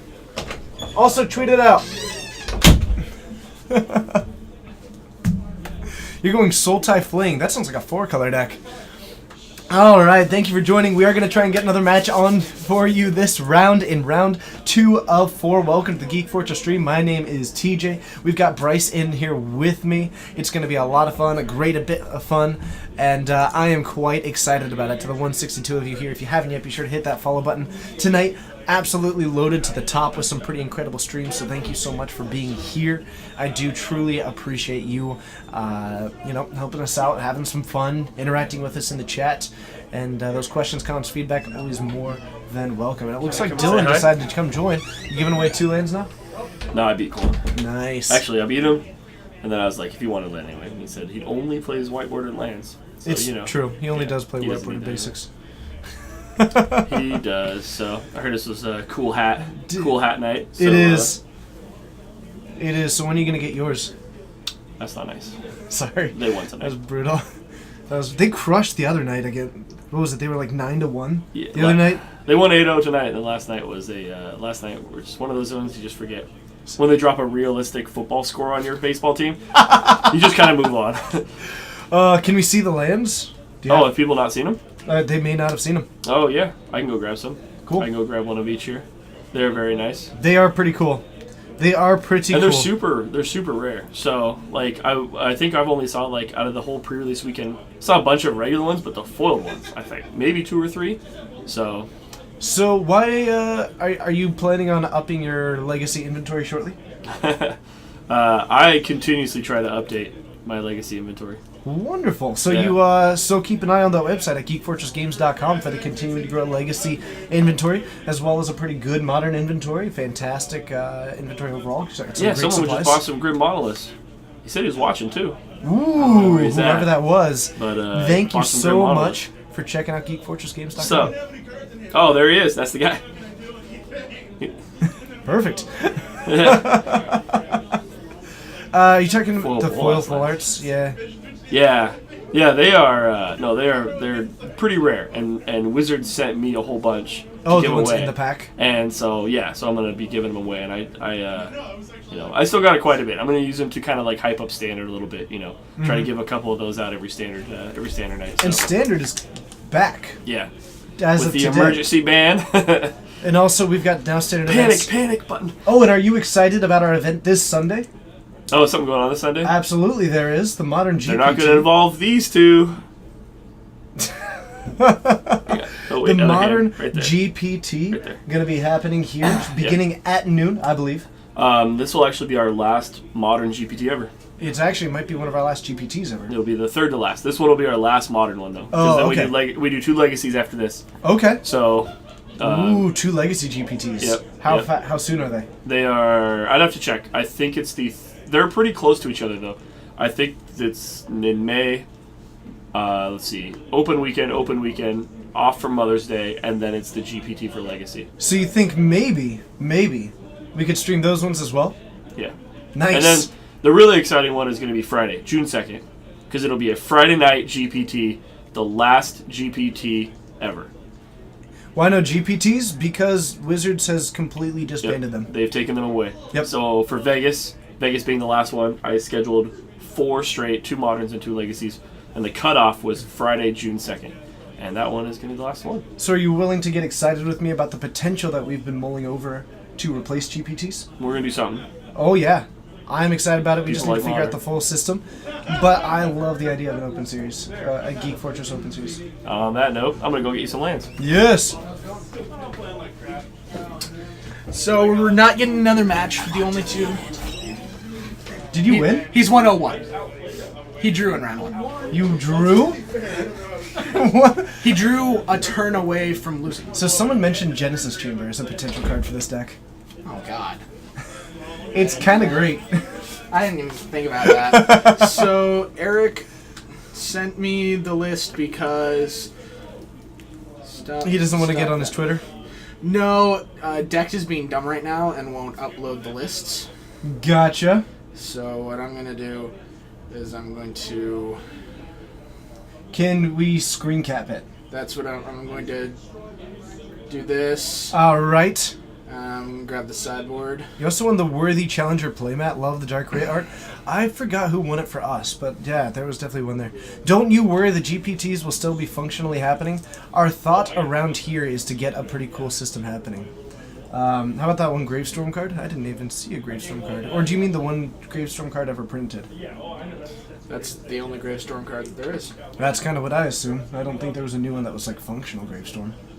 Right? I don't think there is. Okay. Man, so between the idea of possibly running the Bone Picker in a deck that isn't to where it isn't awful. Oh no! Okay, thank you very much. Those are very nice. All right, so while he's getting that screen capped, we're going to show you all these lands. We've got the island. Let's see if I can angle this. Foils don't show up well, like right here, but let's get that one. Check out that island. The art on it. Oh, there we go. The art on it is incredible and it's shiny. great. We have got the plains. Again, phenomenal art. A little bit shiny because you can do this with it. There, that'll at least tell you where the shiny bits are. All of it. The foil on them is incredible, actually. We have got the swamp. I love the swamp art, actually. The swamp art is really nice. We have got the forest. Well, should have expected that. And, oh, look at that mountain. The mountain is actually just gorgeous. Oh, I love it. I love it. Hey, what's up? How's it going? Welcome to the stream. It's good to see you. Thank you so much for joining me while I was kicking robots last night. Have you had the chance to watch that, by the way? I have watched you play. Yes. Do you love it? It's pretty. It pretty is sweet. so much fun. Looks like a bunch of Legos. Lego blocks. Sorry, that was for Tyler. That was for Tyler. I say Legos specifically to annoy him. Me too. All right. You still have the clips? Oh man, those clips are so brutal. They brutally destroyed me the other night. All right. The list and sideboard have been tweeted. Nice. Which by means that me. So I am about go to find it there, and TJ's also going to retweet it. Yes. And yay, go team! Go team. All right. All right, so you can check out either Bryce's or my Twitter. You will see the Hunted Sultai deck list. I love it. Joke on the generic brand bar. Huh. So many kickbots. I think I said that. I didn't even realize that was a command here, but I love it. I think it's a mod-only command, as a matter of fact. Absolutely love it. All right, so we are going to be getting ready for round 3. There are some other up sweet real decks in the room. Hunted Sultai already making an impression. We have got... Well, okay, now is the time to talk about it. Saheeli is banned. Are you willing to... Saheeli's not banned. Sorry. Felidar Guardian is banned, which functionally banned Saheeli, because it wasn't playable otherwise. Yes. How do you feel about it? I'm honestly fine with it. I think the combo was bad for standard. I mean, it was bad for modern. Hey, it's fine. Yep. Yep. It's fine Uh-huh. in modern. Sure. I actually love that they didn't unban everything. I think there was a good amount of people advocating for Stoneforge Mystic. Am I going to audition to be the co-host of Turn 1 Thoughtseize? Yes. I've already taken a few practice takes of it, and I've sent them off to Doro to review for me. And I'm going to be making another one. And to my understanding, the deadline is to submit tomorrow for it. And I will be going for it. Awesome. Yep. Mardu Scooters takes over. I really doubt it. I don't think Mardu Vehicles... Mardu Vehicles is in a bad place due to Manglehorn being in there now. Uh-huh. And just overall, Amonkhet has made Mardu Vehicles just worse. Yes. I mean, there have been good cards printed for it, and also, there's a realistic question. Why were people running Mardu Vehicles? Because it was one of the few decks that had a good matchup against the 4-color Saheeli deck. It's one of the few decks that had, like, a not awful matchup against the 4-color Saheeli deck. Now, the deck that I'm interested to see, though, Yep. is blue-red Drakehaven Emerge. I think that Drakehaven is actually a pretty cool card. I got it in my pre-release pool. I actually ended up citing it out a good amount because it just didn't fit on the curve and it wasn't fast enough, even though I had like 10 cyclers. Okay. Yeah, it was weird. I don't know. The card actually... Because like every time I found myself on turn 3 going, I don't want to tap out for that. Why would you? Exactly. And then in the later game, I was like, I'd rather just play the Angels. thing is, in Limited, I just want to play a 3-drop. I want to play Creature. Yeah. I think the card is good and limited. In my deck, it just didn't seem to line up, which was super weird. I will say, at pre-release, I beat Angel of Sanctions twice, I had Angel of Sanctions. as well as I beat Liliana plus Attrition. Nice. I beat both those things. Eric's deck doesn't have Hunted Horde? Correct. We don't want to kill 3/3s, and 3/3s don't die to those anything are big creatures. Yeah, 3/3s are big. We don't want to deal with that. Give them little resources. Little bitty resources. They can have their 1/1s, because they die. That was two very distinctly different voices. Like, different than yours, but then, like, just spectrum down. You knocked that needle every which way. My goodness gracious. That was the point. Yep. Moontoad is cackling. I can appreciate that one. I see that. 2/2s? 2/2s also not good. We want them all to be dead. We want the I mean, full. horror we want a full makes 5-card 3/3 combo. Horror makes 3/3 centaurs. Right? He's saying 2/2 because of illness. 2/2 because of illness. But also Leyline of Singularity doesn't do it. Yeah, 2/2 is the drag. Oh, I thought it was Dragon just makes knights. I thought you were just referencing because of the illness in the ranks. Never mind. Nope, Doro just didn't know. Doro knows everything though. But we wanted illness in the ranks to be the end-all be-all like finisher to shut down just a host of strategies. Yeah, And like it honestly started out as we were playing like blue-black and we had like Thing in the Ice, because you got to flip it, bounce all their tokens, but keep your hunted horror. Yes. And then we were like, wait a minute, if we just do all 1/1 makers and illness in the ranks, So good. nailed it. Yeah, it was great. For a while, we had the backup virulent plague as an additional thing. Did we? Yeah. I bet that was my idea. Like I Eric hope brought not. it up, and you were like, "Yeah, let's add one of those in there for now, just see where it goes." Okay, I'm glad that we didn't. And I was like, "Guys, we have so many other things we can do." You always shred the deck, though. It's my job. We ignore your criticisms because you have nothing but them. My job is to make you guys play better cards. Oh, man. You're destroying this list? Don't destroy it. The list is perfect. Why would you destroy it? There's very little that I want to add to it. I think a couple of new things in the meta Yeah, like Bone Picker, is worth looking at. worth looking at. I'm not sure if I want a 3/2 flyer, though. We could play as additional Genesis Chamber? So as additional copies of Blood Artist, you can play the new Trespasser's Curse. That's true. So you curse them, and then you That's play true. a guy. Their guys enter and die, and still enter and trigger. I think for So- what it is, we pretty much nailed it, though. Yeah, I think we got it just right. Oh, yeah. Oh, did you see it? Undefeated. I watched it win. It's It is undefeated. undefeated right now. A 3/2 flyer with Death Touch for 1, though. I mean, For so one, just though. to get out one first opinion, I think that card is trash in every constructed format.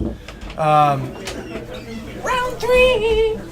So, just to toss that out, I know that a lot of people disagree with me, but I think that card is just awful. In any constructed format. So, to follow that up, this might be the only deck in which it's reasonable. But my only issue with it is that it's only good when we're doing what our game plan is intended to be, which doesn't strike me as particularly promising. So I'm not sure what it slots out. Bone Picker. I think Bone Picker is just awful. I think everybody keeps talking about how good a 3/2 for 1 is, and they forget that it's only good because it's a 3/2 for 1 on turn 1 that you can then spend the rest of your resources protecting. Yeah. I agree that it's a limited card. In fact, I actually ran 2 of them in my pre-release sealed deck. That's totally fair, K-Markey. I completely underestimated the copycat combo. Completely underestimated. And I'm willing to eat that. I'm willing to eat that admission. Alright. It's competing with Tasigur, not Delver, but why would I ever not want a Tasigur? Like, Tasigur actually can just be played at any time. The other one, Bone Picker, takes way too much work. Tasigur is good because it fits into the deck doing already what it was made to do. I don't know. The point being that I don't see much of a potential in Bone Picker. I know that a lot of people are going to be testing it, and if I'm wrong, I'll admit it. That's fine. But I did think that the copycat combo was going to be bad and end up getting banned, so that's on me. All right, and now for something completely different. Facing the wall, Peter. Alright. I want to go watch Monty Python now. And he's playing against Ryan. Ooh. Peter is, of course, on Jund. Right. And Ryan is on Mono, Blue, or Blue-Black Tron. Okay, I like that. I can dig it. So now we went from the weird matchup to one that you see fairly often. I do love this deck. And I mean, here's the thing. Peter gets insanely lucky against Tron X. Sure, and actually he's So it's actually better. a decent matchup. He's better suited against Mono Blue Tron than any other Tron deck. So I think he does have a chance. Like, Liliana is still good against control decks, no matter which control deck it is, even if it's one that goes big. Also, it is going to be problematic. Like, the mana base, if Ryan gets going and if he's able to just keep Peter from hitting his curve early on, it can actually become pretty good. So Eric is facing a test out there. He's playing against John, so he's playing against Ad Nauseam. Really? So we'll see how that goes. Leyline of Singularity actually seems medium okay, because they can't get multiple Pentad Prisms or multiple Lotus Blooms, That'll be interesting. but we'll see. Bone Picker is, what, just a much more efficient modern Delver? I think it is the exact opposite of that. Yeah, it's not good.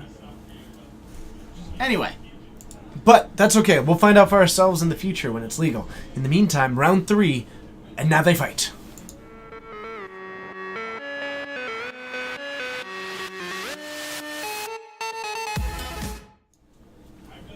Am I the Pharaoh? Am I the Pharaoh? Well, I don't think know. you The are. other day, I thought about actually like cheating my way to get back into the booth, and then I thought, well, that ain't fair, though. And but that, you know what? I have no follow up, and that's a terrible joke, and I regret it. Mono Blue Tron going with a Watery Grave into a Ghost Quarter, dropping in a I Talisman of just gotta Dominance. shake my head and go, tut tut tut. It's decent. Did you see Marlo's joke? The most perfect one ever. They were talking about the new guy that A was 210 based. common, right? Yeah, it should have. It's a 2/2 legendary, but it should have been a 2/10 common. Yep. Oh, man. that was a great one. That was a good one. That was a good one. It's Mono Black's version of Delver. Still disagree, but I'm prepared to be wrong. Okay, so we have got Bap. a Dark Confidant coming on down. Bap. And it's going to be drawing some cards. Doesn't seem like Mono Blue Tron. It does seem a lot like the Blue Black Tron. Yeah, it's blue black. Little B. Little B. Little B. Little B for Ryan. Yes. He Okay. has gifts ungiven. What other card would you call Monobox Delver? None. They don't have a Delver. That's what I would call it. It's obviously Vampire Lacerator. Like, they don't have a They Delver. don't have a Delver Secrets. That's why you don't see Mono Black Tempo decks. How about this? Their Delver Secrets is Thoughtseize. Sure. Done. Why not? Iconic black 1-mana card. I don't know. I think that card costs 2 cards. Viscera Seer? Which, Glorious Visionary, the deck is sweet. I highly recommend that you do it. Yeah. So, with this Gifts Ungiven Thopter Sword combo coming down, that is pretty difficult for Peter to beat. That's very, that's just a good gift. It's a good pile. Other than the fact that Peter is able to play, so if he gives him the Buried Ruin, Yeah. then Peter can just Abrupt Decay the Thopter Founder and kind of Yes. go from there. But with the Academy runs, it does still work Soul out Tide decently list is well. up on both TJ and my Twitter, so Red Baron MTG or TwinOut662. It is there. Yep. You can find it, and yeah, the list is so cool. Who is TJ? That's me. Or who sit Jay? Huh. I suppose so. Any dredge in the room? Maybe. I don't actually know, Jace Player. There was not that I saw. Yeah, I do not know. So it looks like we're going to He's give giving him the Thopter Sword combo. That's odd. That's actually almost the exact opposite of what I would have He gotten. might have Abrupt Decay. True, and just doesn't want him to have the mana base. Looks like we have got 2 pieces of Tron assembled so far, which is surprisingly fast for this deck, especially with having the math in hand. Here's the Thopter Founder. How do you feel about actually casting Here's a sword. the sword first? Oh, well, I think I would have seen the sword cast first. maybe Colgan's Command. I believe that That is also maybe the works. choice. We'll shatter that and Discard. make you discard probably. Probably pitch the Talisman. Get shattered. Could. It can sack itself, yeah. Yep. Sack itself, gain a life. Make a thwopta. Okay. Make a thwop. Bone Picker's in the same vein as Heir of Falconwrath. Yeah, but that's also not played. So, It's true. And that one only takes the 1 card. That one doesn't take 2 cards of effort. I'm very, very, very unthrilled with Bone Picker. It relies that you cast a sorcery speed removal spell, and nope, it ain't me. It ain't me. Oh, that's for someone else to break. Is Shallow... You ain't no fortunate one. Is Shadow of the Grave any good? I don't know what that That's the 1 in a black instant return all cards that you cycled or discarded this turn to your hand Mm-hmm. from your graveyard. It might. It's a sweet combo in standard. where you can get a turn 3 kill. I mocked your Sultai list. I'm sure that happened. I said sarcastically. TJ doesn't typically mock lists. No. I might have. What do I think about Plague Belcher? I think that card is actually pretty sweet. I don't know quite if it's good enough, but I think that card is absolutely worth playing around with. That card seems sweet. Okay. Fatal Push and Hangerback can enable it? Sure. That's more effort, though. Okay. That's true. Bone Picker does work quite well with those. So we're going to discard with a Liliana. And we're going to get rid of a Talaria West. Yep, that was Talaria West. Peter just discarding his 3rd copy of Blackcleave Cliffs. And a Lightning Bolt on the Thopter just to attack for 2. Did Ryan it. going to fall down to 18. I mean, what else are you planning on Lightning Bolting in against Blue Blacktron? Not much. Not much. It resets Drolf's Messenger. That's true. I like it a lot more for using on a Gravecrawler. Yep. That's true. I like it. You like with Yeah. the Viscera here, you can start building your own bombardment reasonably to where. So I kind of like it. All right. I think Minty Face, you're exactly right. If we were to put it into that deck, it would replace the Charmaglyph, so that's the perfect slot. Green creature you sack to search for lands, occur a Tri-Builder. So, yeah, I don't know. In what? That's a discussion for another time. Yeah. Talk to me about Bone Picker on my own stream. I will have a full conversation about that one. Okay, here's another gift son given from Ryan. Does Shadow the Grave seem like a good card Dredge Modern can use? I don't think you want to get back the cards you discarded, because usually you're discarding Usually it's for the dredge dredgers. cards. So I think if anything it might be in Living End, but I'm... Oh wait, but it costs 2 mana, right? yeah, it costs 2 mana, so you can't put it in Living End. I don't know. Maybe. It's a sweet combo in Standard. Yep. I don't know. I think that it's worth playing around potentially in Dredge, but it might be a slightly different Dredge list. The effect itself is inherently powerful, so it might get dabbled with in some shell, but I don't know which one. So, we have got Map out, which actually can assemble the rest of Tron, notably. 2 blue mana available. With the rest of Tron assembled, with a map, with this Gifts Ungiven, I have a feeling that we can reset the combo. It's very possible if he's got another... He does not seem to have... So Crucible is so clever, though. Crucible lets him get back his... So do you give me the last Tron piece and an Ugin? Do you give me the Sanctum? Like, if he gives him the Crucible, So Sanctum that's gets back great. Ugin. The last Tron piece... This is a tough gifts. This was a very good gifts by Ryan. Because there's enough mana Yeah, there's more than enough. to, like, it's not safe to give the Ugin without Tron mana. No, this was just a very, very good... Okay, sorry. Give me a quick Yeah, no, moment. this was just a very, very good gifts package.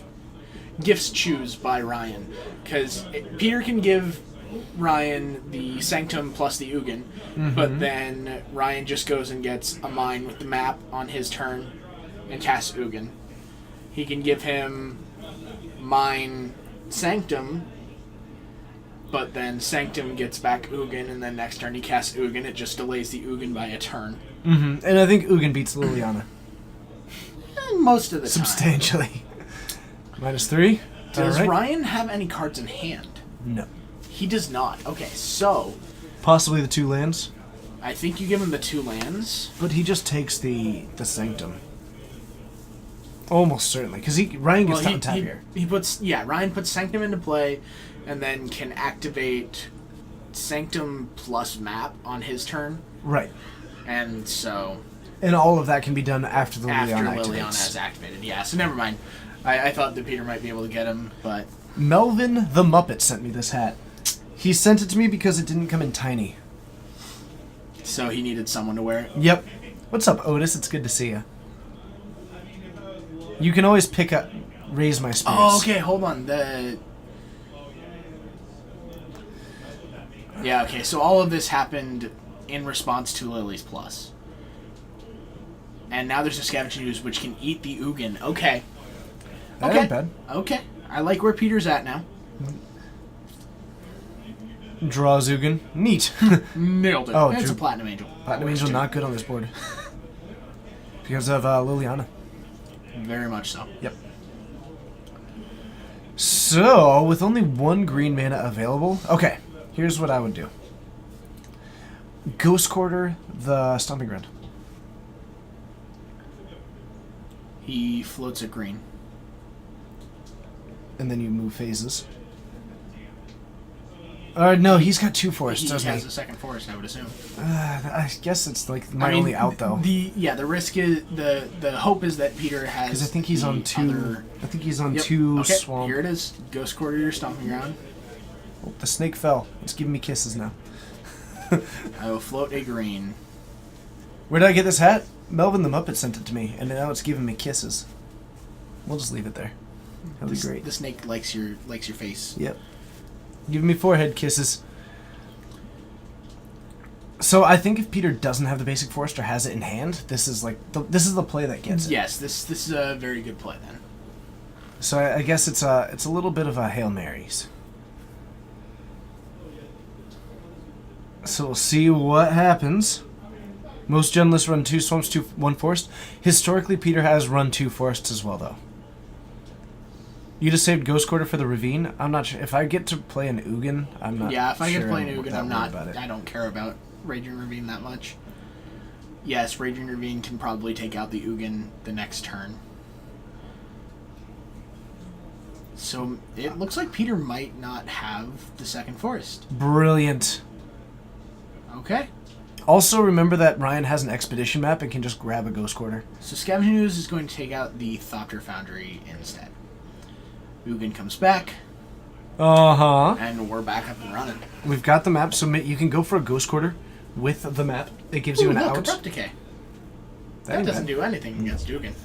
Deals 2 damage to Peter. So if Peter has like a second Liliana, You gotta he can shred get- this hand up. He can get both of Ryan's cards. Because Ryan has 2 cards in hand. Yep.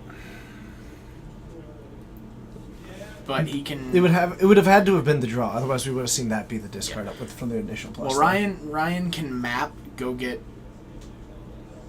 a land and have that go away. Okay, it'll be Inquisition. Looks at Platinum Angel, Ugin. Awkward. Neat. That is most unfortunate. That is not what Peter wanted to see.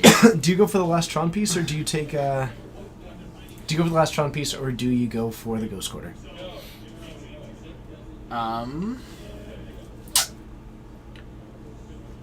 I might take the Tron piece only because I can create Thopters.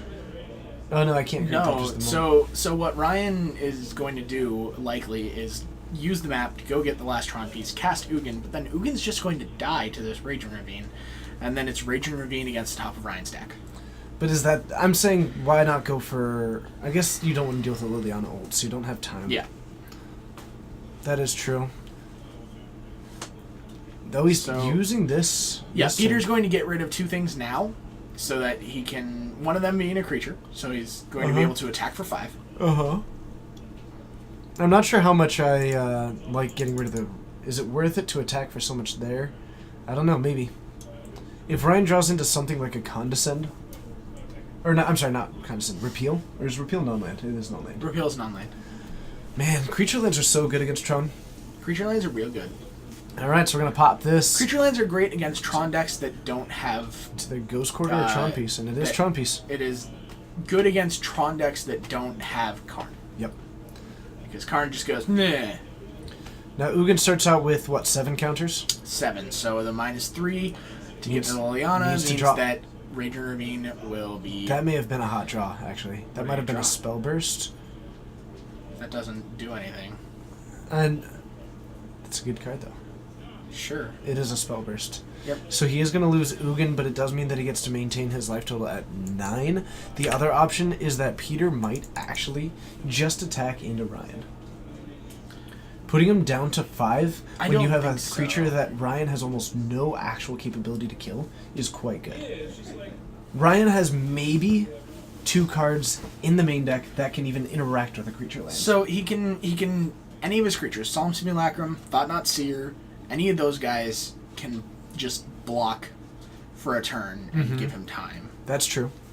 So I think I like taking the Ugin out and going, hey, my Raging Ravine is going to be at the top of your deck for the rest of the game. I hope. That's true. So a fetch. Okay. He does have the second base forest. Mm-hmm. So why didn't he go get it?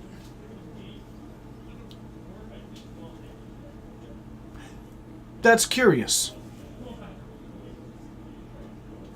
That's curious. Maybe he was mind gaming him. Could have been all about the mind games. Interesting. Well, here comes the Raging Ravine. Can you feel the rage?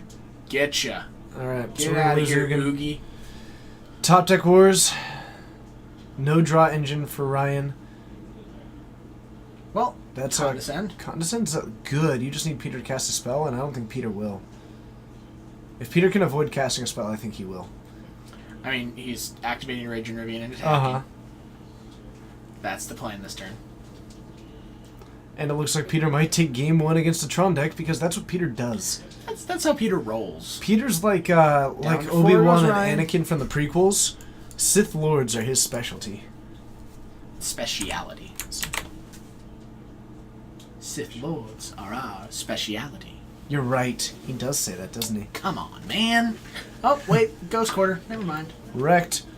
Get that GQ.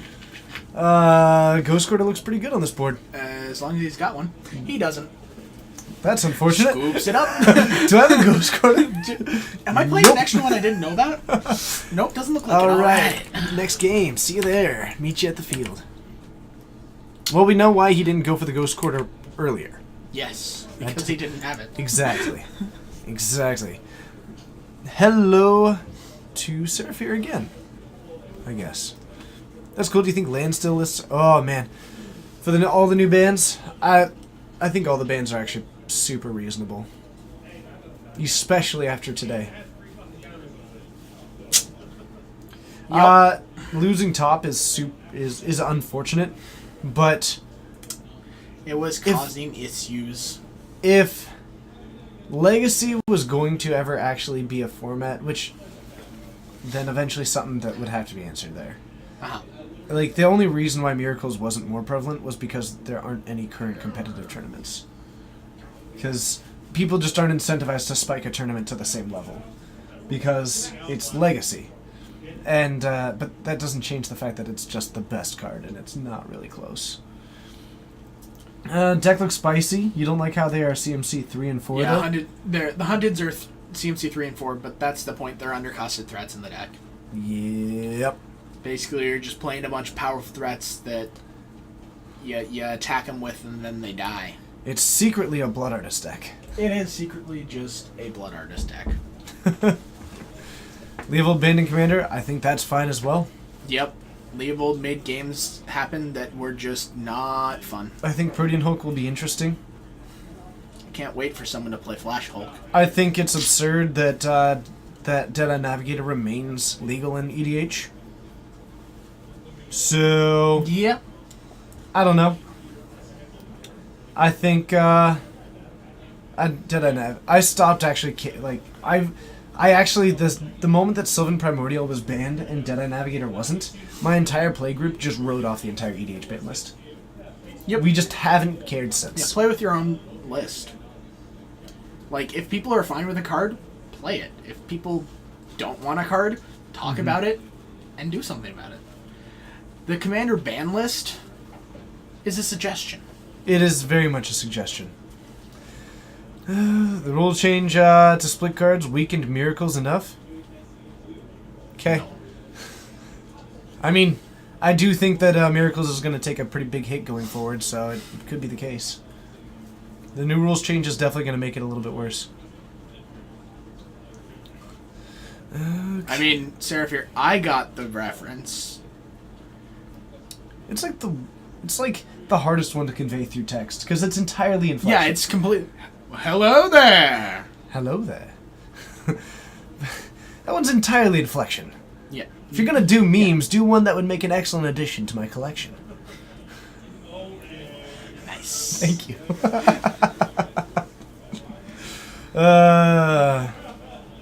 Man, that's funny.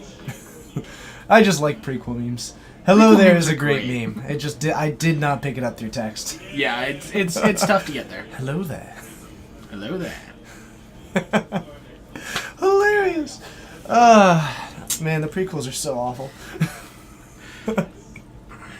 I won't comment. They had such interesting potential that they completely failed upon. Do you like them? It's okay if you do. This is a safe place. No, here's the thing. I don't hate them. I don't think they're that bad. Everybody says they're so terrible. I don't feel that way. The second one is real bad. It's not, though. The first one is, I think, my favorite.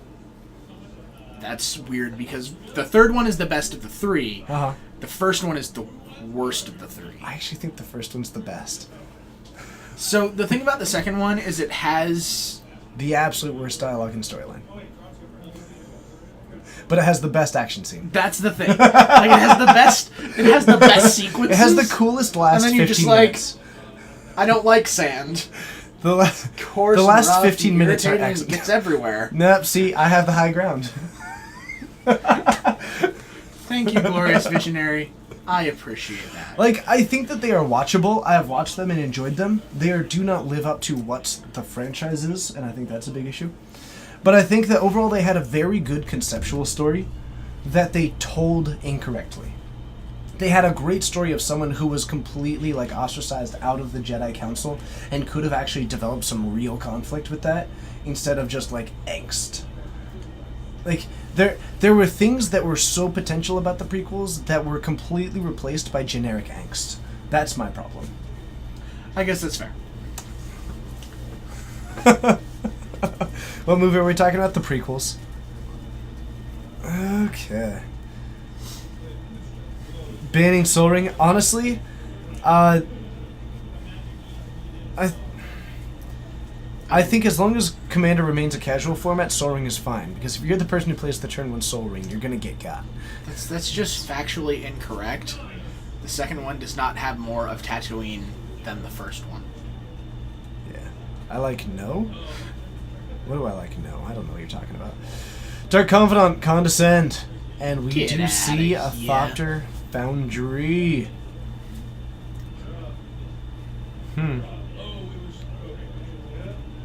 Oh.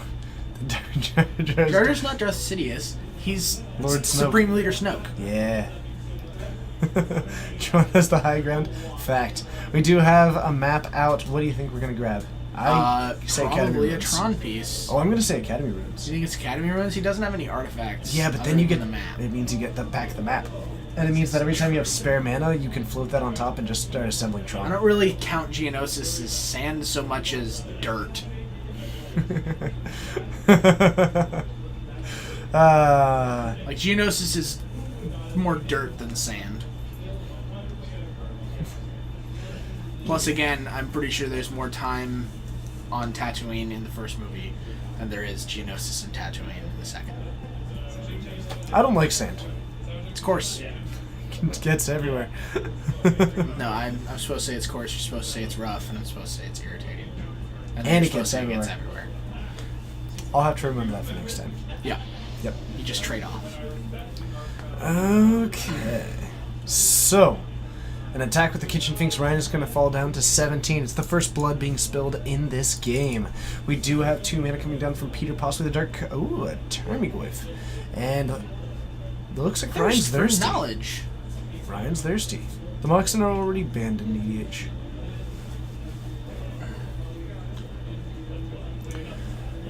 Okay. And we're going to pitch some lands. We apparently don't need those because we have a Crucible. Noise. Yeah, it does seem like the likely move there. Or you can just outclass every creature on the board except for that Thought-Knot's here, which is one other creature. I thought not. I like how he left him with both Terminates. Yeah, you're gonna have to use those.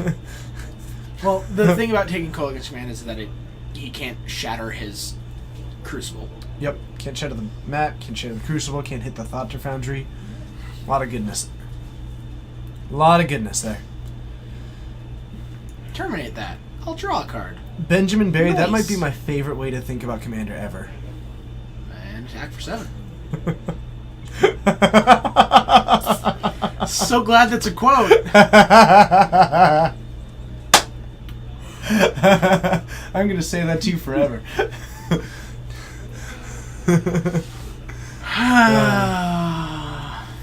That's great. So, we've got another Tarmogoyf on the battlefield. A Terminate takes down the Thought-Knot Seer. A Flash Freeze for Ryan. That looks decent. I mean, it didn't counter the other Goyf, so Yeah.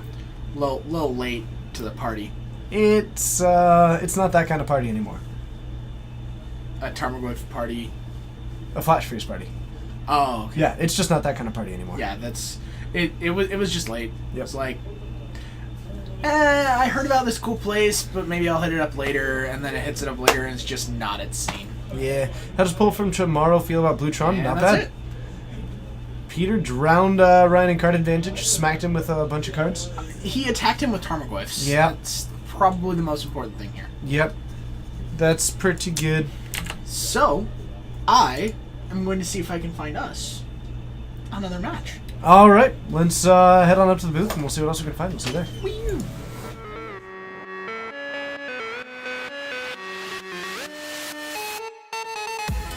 Hello and welcome to the Geek Fortress stream. My name's TJ. The snake is getting a little bit affectionate with my forehead at the moment, but I believe we have named it Earl. Earl the snake, and we'll have to fix that one soon. But otherwise, welcome to the Geek Fortress stream. If you haven't yet, be sure to hit that follow button. Join us more in the future. We're in round 3 of our 4-round Modern Extravaganza at the moment. You think Leovold should have just been banned as a commander? I believe they stopped banning cards as commanders and just made it one universal ban list, but I'm not entirely sure. As far as doing better than Wizards banning, I actually disagree. I think that Wizards ban committee, or ban whatever it is, has been super reasonable, except for the Saheeli thing, but they just fixed it. I find, I think about a year and a half ago, development just operated under a completely false premise, which was that we don't want to have as many answers to help highlight mechanics. And I think as long as that false premise existed in their development team, then Standard has been pretty abysmal since. And I look forward to it getting better with Omnicat coming out. Okay. Oh, is that why Shade of Hades? I didn't know that. I didn't know that that was the option. Okay. Let's see. What else have we got? Is Pull from Tomorrow better than Thirst for Knowledge? I don't know. That's an interesting question. Thirst for Knowledge is quite good, but Pull from Tomorrow strikes me as a really good card. They might play it. I think they'll play it probably as a one-of.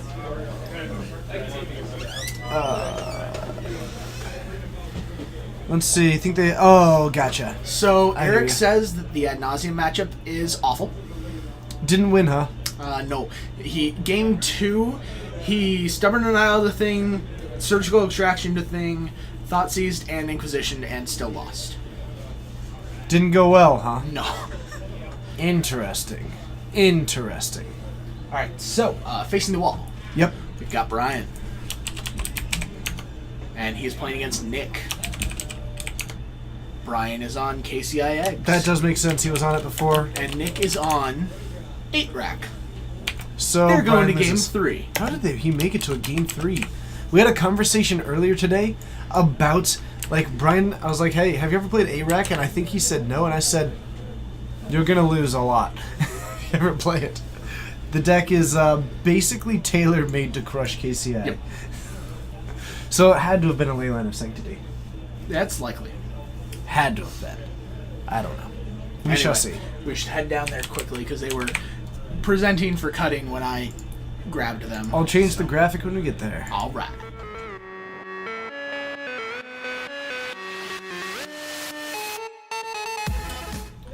A-Rack is such a sweet deck. Leyline of the Void. That ain't bad. Nailed it. Thoughts easy. This is off to a pretty brutal start for Nick. Yeah, this is not going well. Yeah. Taking a look, we do have the KCI in there. We can exile one. Mox Opal, Scrap Trawler. Note the lack of land. Only 2 lands. How do you feel about taking the Mox Opal or the Acre Wellspring? I think I like taking Ichor Wellspring. Having him being able to draw a card is pretty good there. Yep. And taking down those early plays when you are going to do other stuff. If Brian wants to play out the Mox Opal, that's one less card in hand. Absolutely. So, interesting note, this is a Battle of the Brothers. Ooh. Brian and Nick are brothers. So, boom. Surprisingly, this game didn't end on turn 0. Brian can drop down a Kruk Clan Ironworks, sacrifice artifacts, and either play an Emrakul with if he has enough, or just drop a Mere Battlesphere and win that way. Yeah. Nick The has Battle almost Ball. no way to beat a Mere Battlesphere. In fact, actually doesn't. Yeah, I don't think he can beat Battle Ball. Cannot. Smallpox doesn't do it. Liliana doesn't do Removal it. Dispel doesn't do it. Dismember doesn't do it. Fatal Push doesn't do it. There is nothing that can actually kill a Mere Battlesphere. Shade of Hades, I did get a look at Nick's sideboard. All of the wrench mines are in the sideboard. Good. Good. Ooh, Smallpox. Get you. That seems pretty solid against this deck. What Nick doesn't I don't know, like though, pitching the land. is that Brian drew another land. Well, yes. Ooh. And he's willing to pitch it, And though. he pitches that land. All right. So Brian's going to try operating on a singular land. That's risky. Interesting. So, the Leyline of the Void on the battlefield, exiling any cards that would Just go drew to another Brian's land. graveyard. It's cool. Why not? Only 1 mana available at the moment. Likely still going to be a pass, but this is going to help out the Mere Battlesphere game plan. Nick passing it back with 2 lands. No way to disrupt. Brian could theoretically cast the KCI next turn. Yep. So we could be... And, ooh, is that a land and a Liliana? He does have land Liliana. We might see KCI, and if there is a Mere Battlesphere in hand, Ooh. Hangerback Walker. and the Hangerback Walker now does not die. So it is a 1/1 attacker. It Correct. cannot, like, it does not die, it goes to the graveyard instead. So it will not create Goes threat to upon exile. its death. Sorry, what did I say? Graveyard? You said graveyard. Oh, my bad. It It goes. like 1916. Yep. So with this. Interesting that there's a Overgrown Town. It's probably for Abrupt Decay, or actually more likely a Maelstrom Pulse as a way to take down Leyline of Sanctity. I did- Or Golgari Charm. So I did see Death Shadow in his sideboard. That's actually pretty common. It's Okay. purely. It's only for burn. Okay. Yeah. Surgical. Good with card. the ley line. Surprisingly, Play. it's not too super bad, because Nick could theoretically, at a certain point, rip out some cards out of his own library. Yeah, like just a random fetch land or something like that. Exactly. It's got some play, not much. It's probably just going to be the first discard to this Liliana. more likely than Well, there's a. we've got Lingering I Souls as well. think. Is it linger? I think it's just to facilitate the Death Shadow. Is it? You wouldn't be running fetch lands. No. Why would you make yourself weak to that? I don't think so. I don't know. This has to be Lingering Souls in the All right. sideboard potentially, or in Get the out main of deck. here, Hangerback Walker. And probably a Golgari Charm Nobody wants to hang in the out with you. sideboard to beat those swarm abilities and to take down a Leyline of Sanctity, which means that there's actually an out to Battle Ball as well. That's true. Oh, there's land number KCI. 3. KCI and He can't KCI. He doesn't have 3 artifacts. Oh, you're right. Didn't play one lost the one that he played last turn. You are absolutely. Does he have right. engineered explosives? He could engineer explosives on 0 to play Kirkland Ironworks. Goes for the Scrap Scrap Trawler Trawler works too. instead. That's odd. Doesn't it say whenever a card is put into the graveyard? Yes, but it's a 3/2 that gets to attack Liliana. I suppose. Not sure how Yeah, to throw no, that in the like, It is going to kill it, though, yeah, it's going to be able to take down Liliana. because Nick whiffing on any discard spells. Yep. Plussing it up. Here we go. Discard. Gets rid of engineered explosives Passes it back. with a land in hand. Interesting, he didn't play that. He is saving that because he doesn't need more, so that if he draws a Raven's Crime, he can hit it twice. Fair point. I have never played 8-rack myself, so I have no idea. What's up, Elemental Whisper? It's good to see you. Evening Tut J. I like that. It's a good one. Tut J. That's actually pretty funny. I just now got that. I was like, Solid. Tut J. So, what?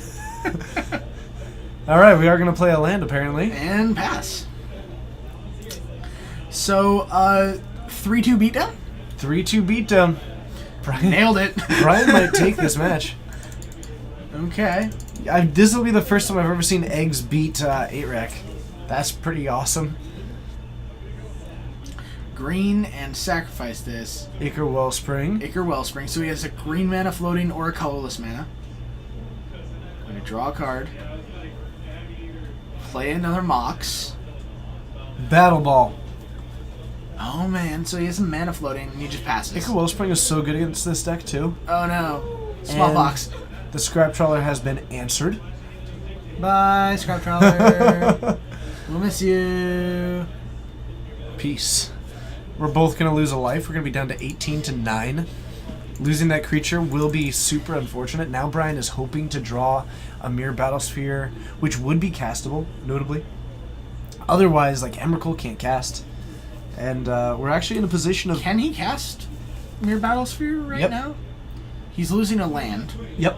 But you tap the Mox and then sack the Mox. 1, 2, 3. Yep, that's true. So Abrupt Decay targeting his Scrap Trawler because why not? Because you're going to discard a card anyway? Did he not discard a land? He does have to sacrifice a land. You should probably mention that. I don't think either of them sacked a land. Did either of them sacrifice a land to that smallpox?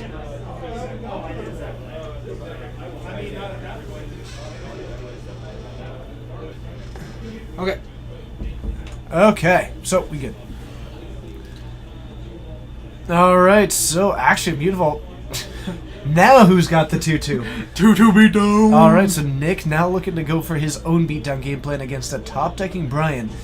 Battlesphere strikes me as the only win condition. The 2-2 is only attacking for 1 because there's an Inventor's Fair in play. That's true. With 3 artifacts. Oh, he did. He did miss the trigger.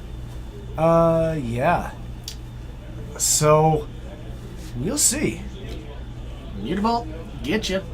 We'll see if we start missing more of these triggers. But we're down to 16. He missed it again. I think he's looking at that as a tutor and not as a gain lifeline. Could sack to draw a card with this Ichor Wellspring, though. Is it... Isn't it when it enters whenever it dies? I think it's when it goes to the graveyard from the battlefield. Oh, you're right. Scrap Trawler. We have a 3-2 again. Good draw. So we did get the one trigger off of the Inventor's Fair. Remember that one. What is that in hand? Is that a Dismember, maybe? Oh, it's an Abrupt Decay. Abrupt Decay. Take down the Scrap Trawler. Get out of here, Let's keep Trawler. on cruising. I'm gonna attack you for 2 It's again. a 17-turn clock. I mean, 17 turn. sometimes you gotta get the beats in. Get the beats in. Sacking it for mana, I assume. Because why wouldn't you? Getting a sweet land. I probably wouldn't activate it myself. Get ya. 15 up to 16. Alright, what are we drawing? Is Terrarian whenever it's sacrificed, or is it when it goes to graveyard from the battlefield? I think it might be a... AR.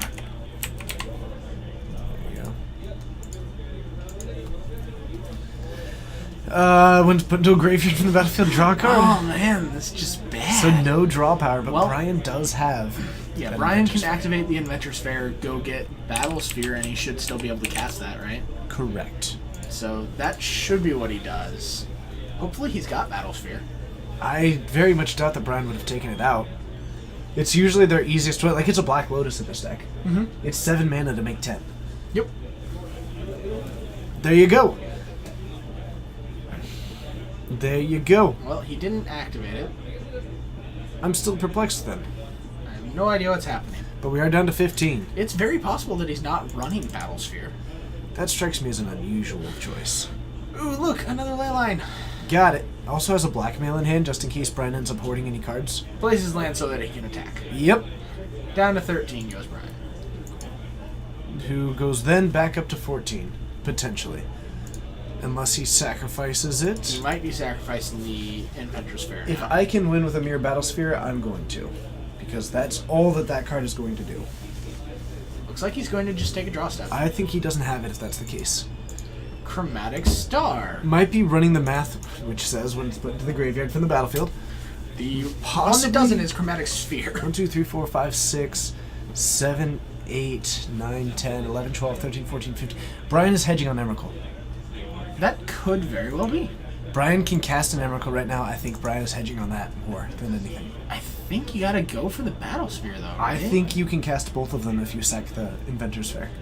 I think if you go for the Battle Sphere, you can cast that one, and if you draw an Emrakul, you can cast that. Okay, draws a Terrarian. Nice. Casts it. And we're gonna go down to 12. He's at 13. I know, but I'm including the life gain. Yeah. That's brutal. Found the white splash, Bryce. I found the white splash. Oh! G. I did not see that coming. Well, guess we're going to activate this. What are you gonna go get? The Spellscape, just to be a blocker in front of the mutable. Nah, I have an 0-4. You could go for a Scrap Trawler and just have a 3/2 and try and raise. If you've got another Hangerback Walker, you could totally cast it for 2. You could do Walking Ballista. Walking Ballista would be okay. Oh, Looks like he's just gonna get another Scrap Trawler. it's a 3/2. You hear that card's good against Ironworks? Yeah, I heard that too. Where did you hear that? Who? He could get Engineered The Explosives. splash is in this He deck. can get EE, set it on 2, and blow up. He He can't. can't blow it up. No, he can't. What am I saying? He can set it to E. Oh man. He can set it What to do you 2, mean? absolutely. He can definitely cast Engineered Explosives for 2 if he wants to. That is a thing he can do. That is a fact. He has it at the front of his library. That's why I was like, huh. You can go for a creature. I think that's what you got to do. Looks like a Scrap Trawler. What a battle! This is phenomenal. I was not prepared for Stony Silence out of this 8-rack list. No. Couldn't have said it better myself.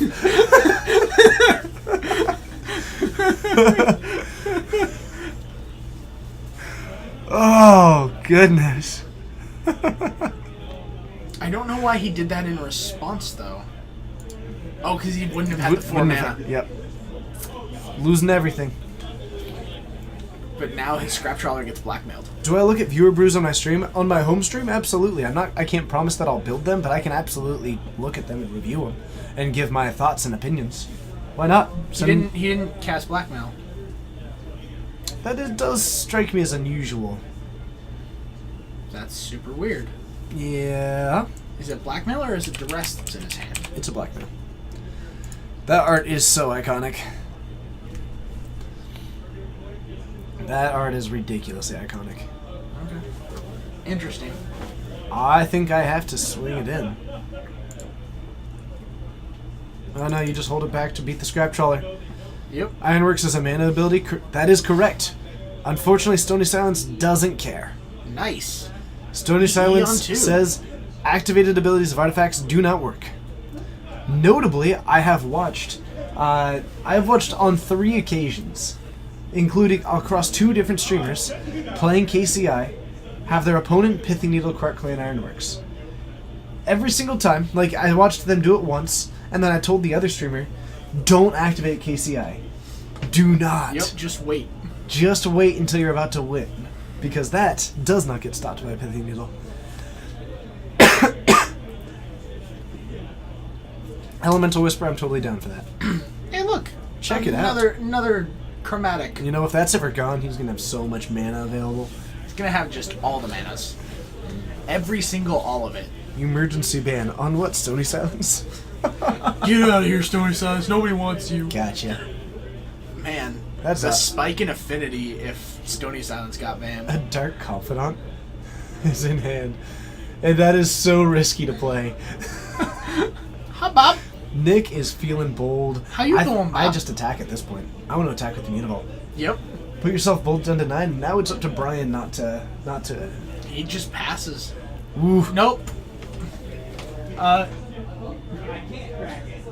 Okay, John got him. John's standing over him. Said can't. I was like, cards are about to get drawn. We gotta stop it. Ugh. How's it going, Engineered Explosives? You What's having up? fun hanging out there? I thought he was just casting it to be cheeky. Yeah, me too. I was like, oh, yeah, got me. Oh, Oh, man. ancient stirrings. This can totally find a scrap trawler. That he can't cast this turn and then blackmail takes out, hopefully. Nailed it. Found an Emrakul. Brilliant. I'll take this Emrakul. Go. Doesn't he have to swing Troll into the middle? The 8-rack has so much removal. It doesn't have a ton of removal. It's got enough, though. Usually they have 4 removal spells, then Liliana and Smallpox. Like, I wouldn't say it's a ton of removal, but they've got a decent number. Enough that I... All right, Bob. Get 0. Oh, good hit, too. And a land. Nice. Perfect. He's pulling a full-on Peter. Always perfect. I'd just attack for 4. Oh, man. Earl getting heavy? Yeah, he's getting affectionate with my forehead. I'm okay with it.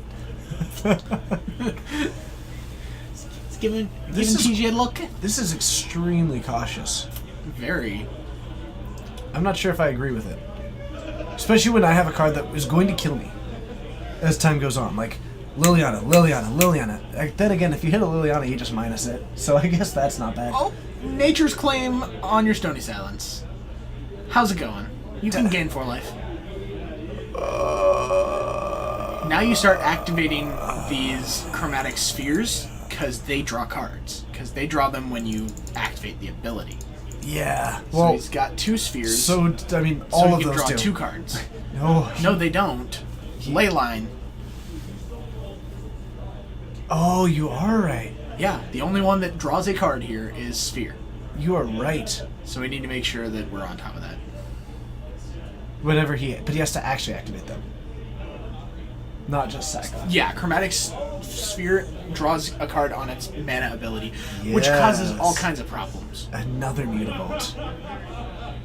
I think they missed the Dark Confidant trigger. Okay, now they're doing it. He was like, that's right, we can confirm that too. Well, the Mutavault was the Confidant. Exactly. So. So they fixed that, and like, if they ask Yep. us, we can confirm that. Is that Memoricide? Memoricide. What is he gonna hit? That's just name a card and Do you rip it just out, right? Emrakul? Name a card and rip it out? I would probably Do you name just Emrakul. name Emrakul? Yeah, I would name I Emrakul. think you have to just name Emrakul, right? Probably. Let's bring up Memoricide. It's not a card that you see too often. Yep, he named Emrakul. Got it. Get out of here, Emrakul. Oh, goodness. Nobody wants to see you anymore. Name a non-lane card. Search target player's graveyard, hand, and library for any number of cards with that name and exile them. Then that player shuffles his or her library. Gotcha. This 8-rack list is running all the spice. An absurd level of it. So much spice that, you know, like, I can't take it. So spicy. Yep. Okay. You really had a better plan with that, didn't you? I don't know where I was going with it. I just started. I pulled a full TJ. I started wordsing without thinking. Absolutely. This thing reminds me of the time that I got a 4-star Thai food without thinking about it. There were regrets to be had, and I think that Nick is not having those same regrets. He must be a fan of this kind of food. I'm a Spicy. 2-star kind of guy at restaurants. 2-star? Yeah. That's about right. I like it when it complements the food but doesn't become the flavor. Yeah, I don't want it to kill me. And now we are getting the aggression going. I think this Attack you for is maybe 6. a little bit behind when it could have been, but I think that it is phenomenally the correct play. Down to 5 goes Brian. Especially with that Stony Silence off the battlefield. You should probably start activating Chromatic Spheres. True, but Brian may not be as fully aware of the interaction. I don't think that he's fully familiar with this deck yet. He's very new to the deck. It's a ginger vanilla chai latte with nutmeg. I like nutmeg. Sweet. Ancient Stirrings. Find a 2-mana spell. And we are now in turn 0. But Nick does He have has the to tools. hold on. He's just got to hold on. Never give up. Never surrender. Never let them see you cry. In the words of, who is it, Brad Nelson? Keep playing Magic until someone tells you to stop. Sounds about right. I believe that. Iker Wellspring. Oh no, Sansa's off. Yep. We finally draw a card. Did we find gas? We did not. Doesn't look like it. We are just dead to attacking with the Scrap Trawler, but we're dead if we don't. Well, Scrap Trawler can block. Yeah, but there's 3 Mutavaults. Okay, he's activating Chromatic Brian is Shield. just dead on board. Oh, there are and 3 Mutavaults now, you're right. I don't think that there's an answer in Brian's deck right now. Okay. I think that Nick is about to take this one down. I don't think that there's an answer in Brian's 75 that answers this so cleanly. So he just made 2 mana with the Iker Wellspring. But it... Okay. Okay, sacrifice the Terrarium, make 2 mana. We're going to activate this. Unless you drop more Draw a Scrap card. Trawlers? If you just fired off like 3 Scrap Trawlers, I guess He you needed can. to draw a Hangerback Walker. That would have been good. But it would have only been 1 blocker and Brian would be down to 1. Because, again, it won't die. So, I will attack you for 3. You know what? Alright, Bob. Ulamog. Emrakul. No! Come on, Bob. Come on. That's not Ulamog. No. Please cast Smallpox for the win. Please attack for 4. Attack for 4. Please attack for 4. Oh, that's boring. Brian offers the handshake. Nick takes it down in 3. Brian had such a good shot in this matchup. He though, did. And I think it came down to not dropping down. If there is a Battle Ball in this deck. I didn't see it when they were looking through. Yeah. Oh, that's true. That's true. And he only took the Emrakul. Well, that's why you run Battle Ball. Good to know. Your Battle Sphere. A Pithy Needle on the first side would be godly? Not really. You can't name KCI. I mean, you can if you want to. Or unless they were talking about Brian naming Mutavault. That would have been good. That would have been great. Yeah, that would have been great. Would have been like, go ahead, Bob, bring it on. By Grabthaw's hammer, he shall see it through to its end. Who's that? Probably a carpenter. Oh, let's head out to the booth and get ready for that big old finale that Round they 4. call round 4. The finals. The big finish. The big Danish. The top of the mountain. Switzerland Plus.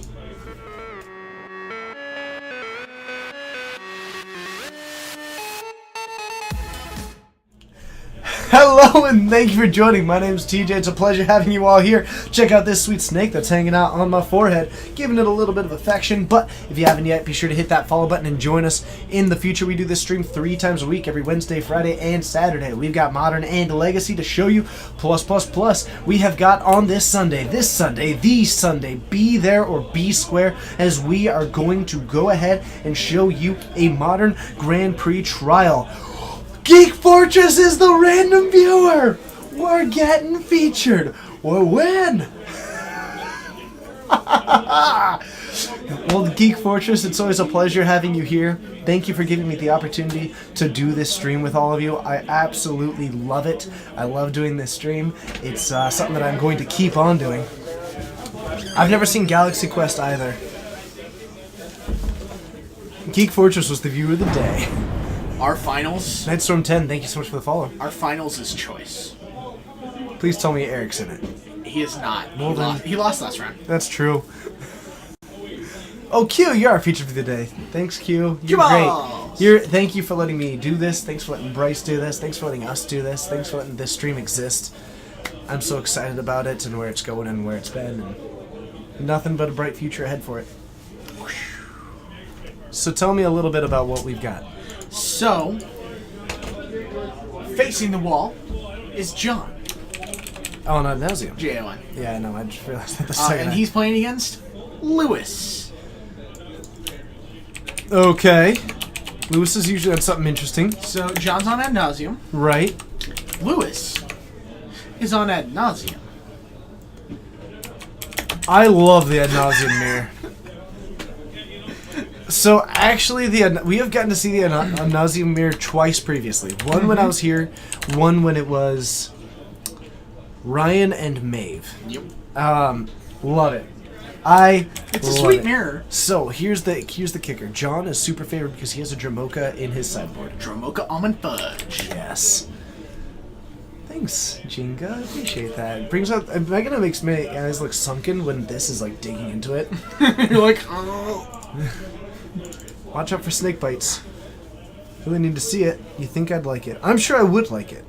There are very few things that I don't watch purely out of a lack of interest and much more out of a lack of time. I generally find almost everything interesting. Galaxy Quest. Alright, you ready? Yeah. Ad nauseam mirror, who do you think wins? John or Lewis? I think John's got more experience. I'm going to give it to the deck that has Ad Nauseam. Fair enough.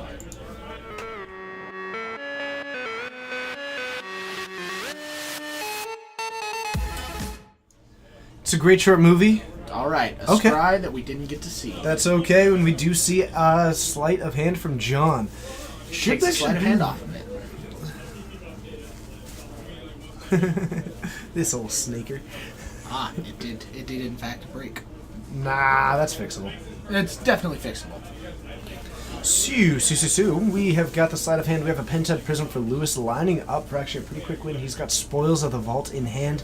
John firing off another sleight of hand into Serum Visions and appears to be Spoils of the Vault of his own. Not going to be going for that one by the look of it. Does have a Phyrexian Unlife. Once these things start coming down... Serum Visions. No, he needs to represent Angel's Grace. Angel's Grace, that's very true. Actually, you know what? He is going to go for it, assuming that Lewis doesn't have it this turn. Draws a Simian Spirit Guide, puts another one on the bottom. Theoretically... He can't have it this turn, right? No, because he doesn't have a Friction on life.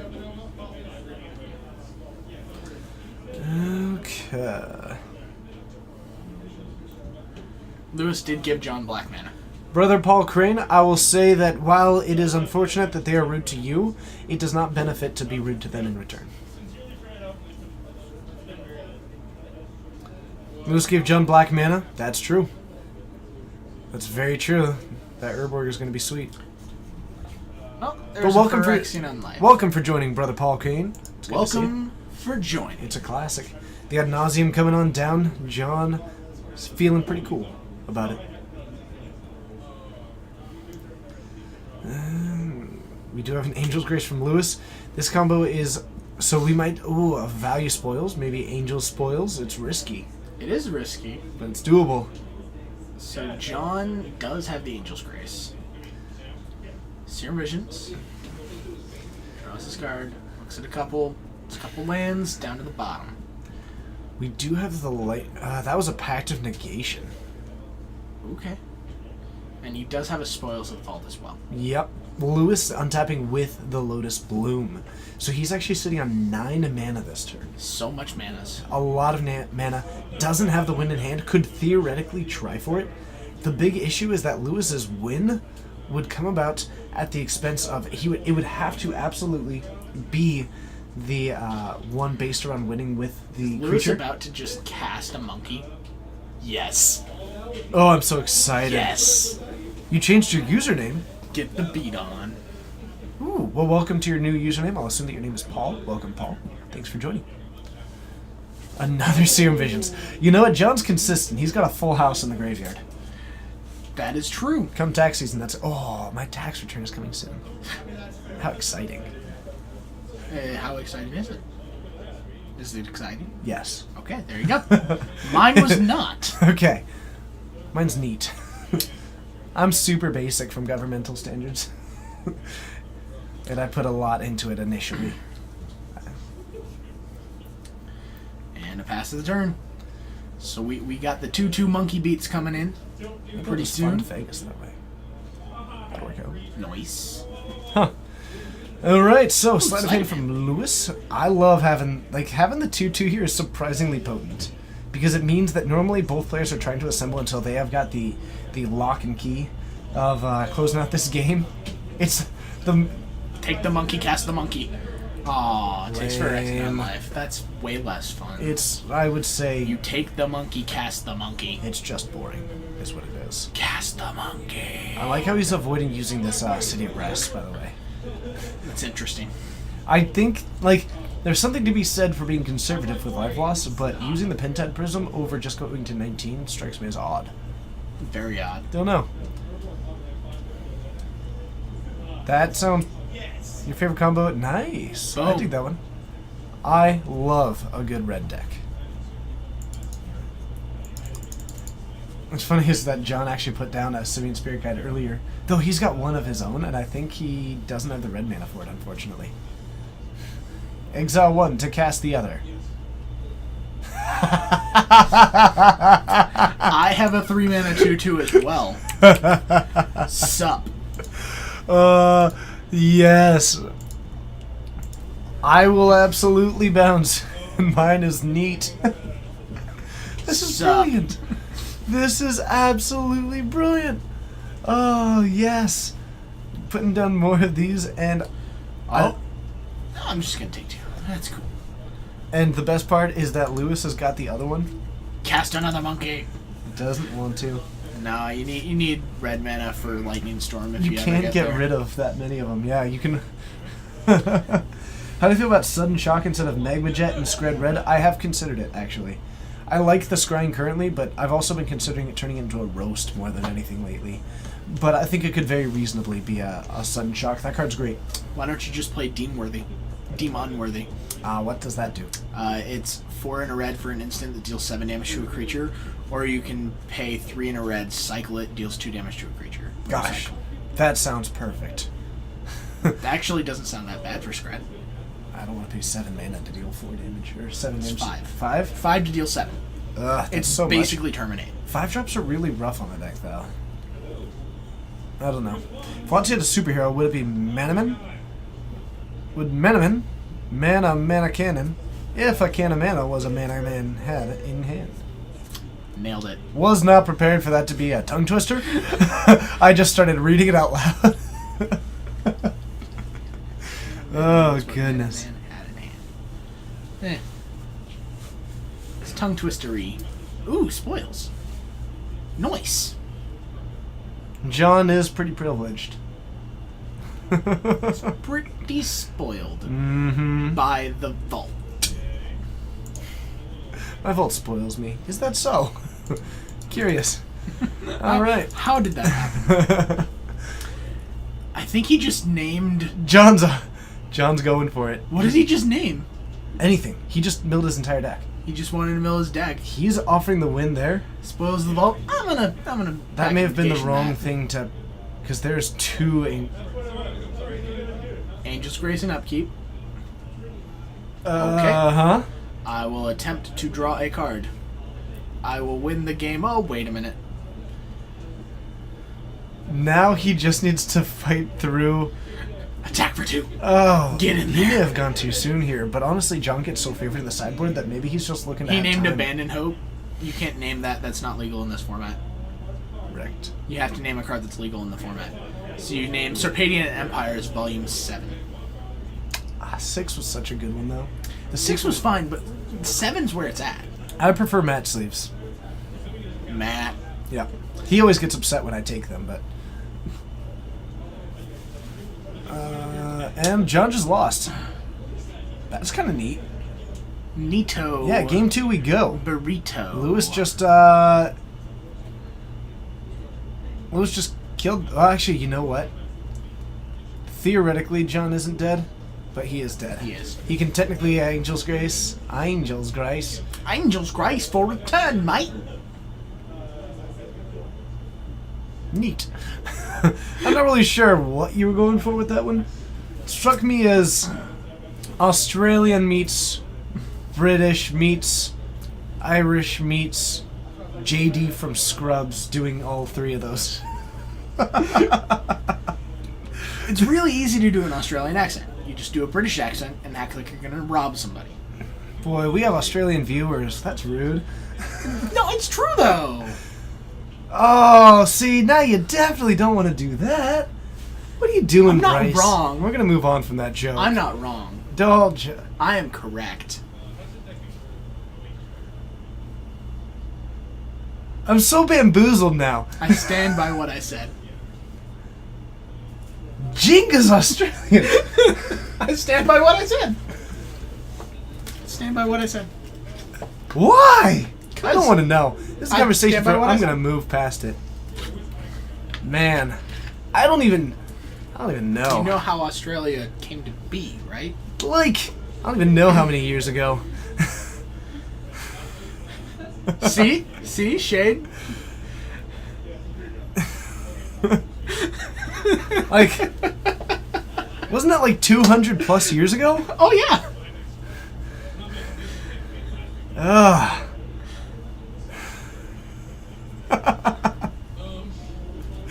I don't know. That I stand man. by what I said. That's the weirdest part. It's fine. I stand by what I said. That's the weirdest part. I'm gonna move past this one. I'm just gonna nix this entire conversation. All Are we right, going to journey into no, next? we're moving past it. All right, so John, bringing in a Dramoka. That's gonna be a solid tool here. Not entirely sure what else we might see out of this. Seems to be taking out some of the pact of negation. Like, the sideboarding of what comes out is the weirdest part, and I think John is just taking out the locust blooms. Yeah, and probably looks just like it. shaving one-ofs.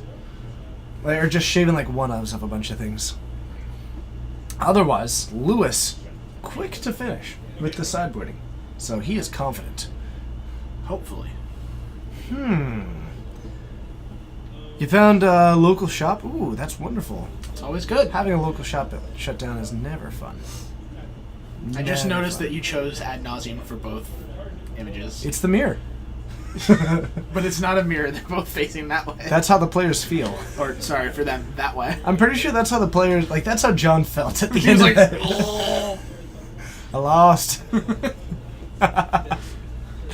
I'm so glad that some people got the JD from Scrubs reference.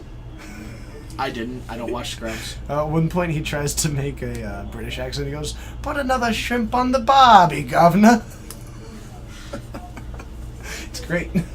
Sure it It's is. a hilarious bit. You're not a hilarious bit. Thank you on the whole deal. The whole kit and caboodle? Yep. You know it's good. It's still legal in 4-color Saheeli is still legal. Unfortunately, Felidar Guardian is not. Well, it's legal in Modern. It's true. Oh, okay. I thought you were saying in standard. What's up, Zach? How you doing? Can we mirror one of those? We cannot.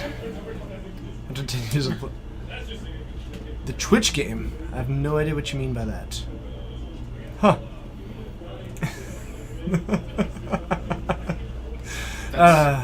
That's fine and dandy. Scrubs is great. I love Scrubs. Not my cup of tea. That's fair. But you All watch right, How I Met John Your Mother, going to so 5. you know. How I Met Your Mother is great. And it's not My your cup of tea. Exactly. Jinx, you owe me a soda. No. I owe you nothing. That's on your shoulders. That's not fine. mine. It's off of mine. That's fine. I will accidentally step in front of a bus at some point and move on.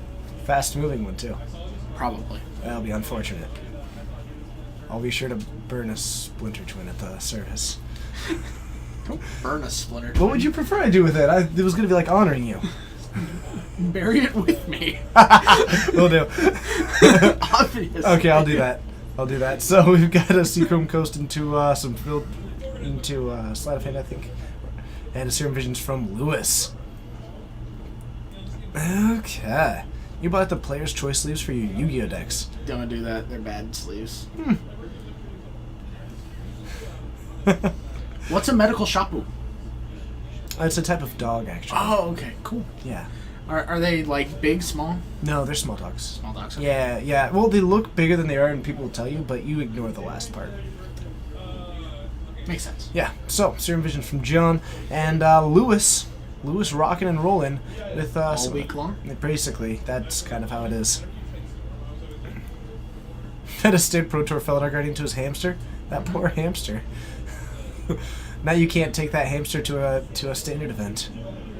So, Sleight of Hand from John. We do find the Angel's Grace and an Unlife. And an unlife. Looks like he's gonna take an unlife.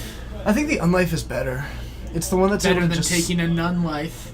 I suppose that's true.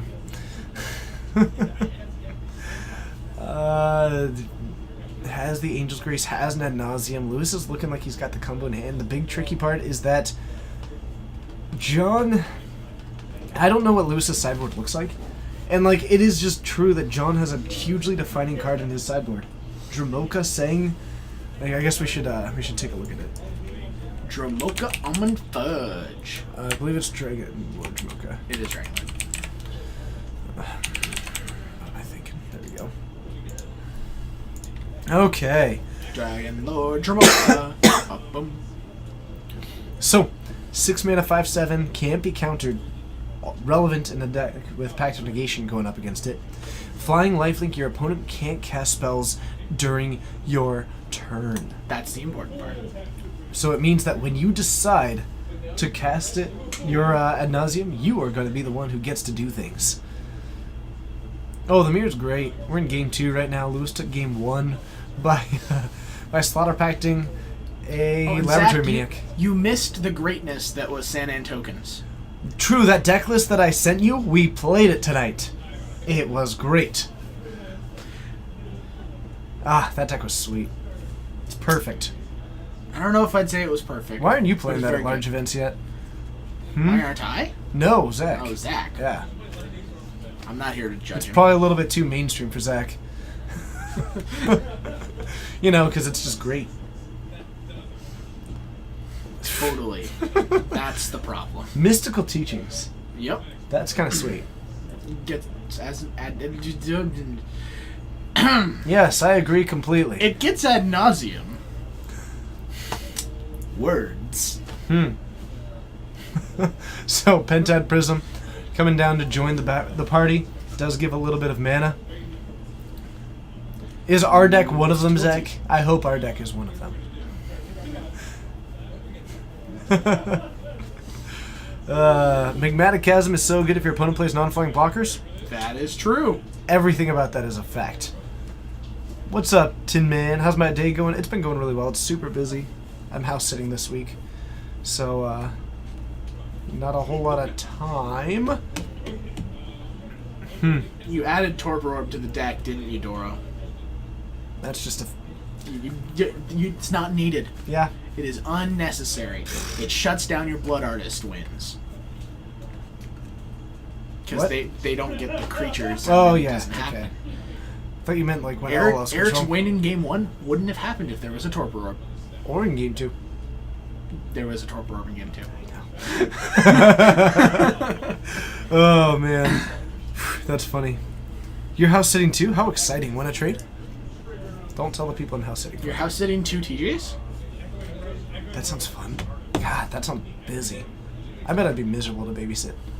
Speaking of which, man, I wish I had a personal secretary. What? Like, I just would. How do I think Glorious End will fit into ad nauseum decks? I'm not certain it will. I think it might have a home, but mostly just for the mirror match. But even then, it's not particularly good in the mirror match. Nah. It's not better than anything else that you had going on.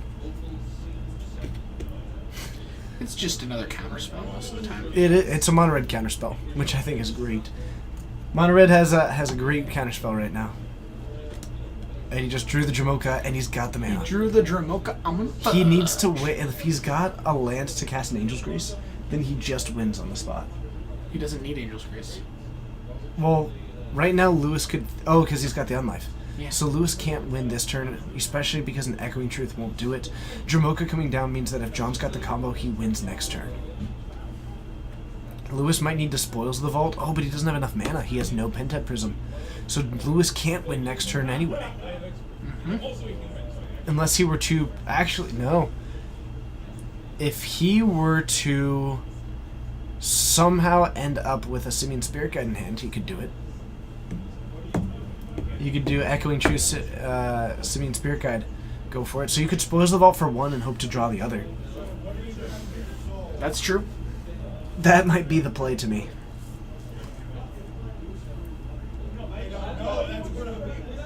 Man, the announcement mirror is intricate. I think I want to cast Spoils the Vault. Any thoughts on the emergency ban? Thank goodness. Now Standard isn't written off as possibly like the worst format ever before it was even legal. What Judge Veg? I don't know. Doubting the legality of that sideboard. Oh, it's probably Dora's sideboard. Probably has more than 15 cards in it. Yes. Sorry, it's 2 days too late, but everything else about it is great. Yep. That's how I feel about it. Well, Here goes an ad nauseum, it looks like. You got to try. You got to. Got to try a little Tenderness. Yeah. That's the one. If he has all 4 Simian Spirit Guides, he actually can still win. No, he can't. I hope he doesn't try an Echoing Truth that on life. His life total is now in the negative numbers. If he Echoing Truths... Okay. Here's a... If his intent is to Echoing Truth, this is going to go so poorly. Otherwise, every bit of damage is dealt with regular damage and it's all at once. So casting a Lightning Storm will just put John down to a ridiculously negative number. Yep. So I don't think this is going to work quite 3 as red. well. Sure, what are you... 2 red. What are you... Now I'm confused. What are you doing?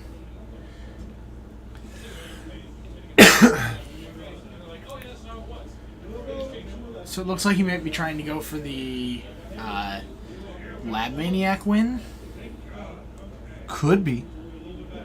I don't think John has a way to beat that. Maybe should have waited a turn. He has 1 poison counter because he has activated City of Brass after he is down there. Yep. I'm just going to use that to represent poison. Pentad Prism. Okay, 4 mana. Laboratory Maniac. Does John have a kill spell? Or Lewis may have just taken this in 2. Do we have it? What you got? Oh, he's got a Slaughter Pact. He does have Slaughter Pact. Oh, no. Slaughter Pact it. But he's going to have, he has to have it. He Yep. has so many Pact. pact negations. And that's Lewis takes it in 2. Boom. Boom! Lewis, well, I mean, maybe not brand new to the deck, but you're the John. Nice. Get me a soda.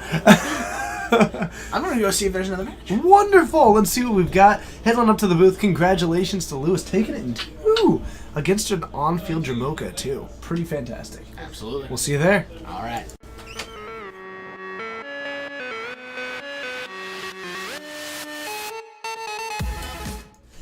Hello and thank you for joining. My name's TJ. This is the Geek Fortress stream. Bryce is out there looking for a match for all of you, and welcome. Welcome so very much to what this stream is. I love having you all here. It's incredible to have you all here.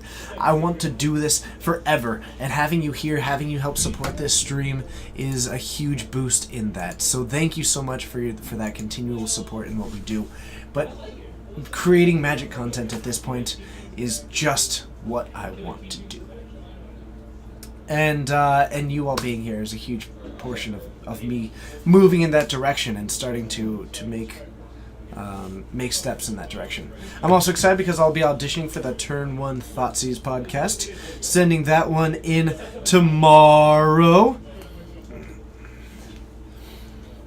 And what else have we got going on? Oh, a lot of things. I've got Project X on Friday. Project X is going to be continuing on Friday. It's not going to interfere with the Legacy stream.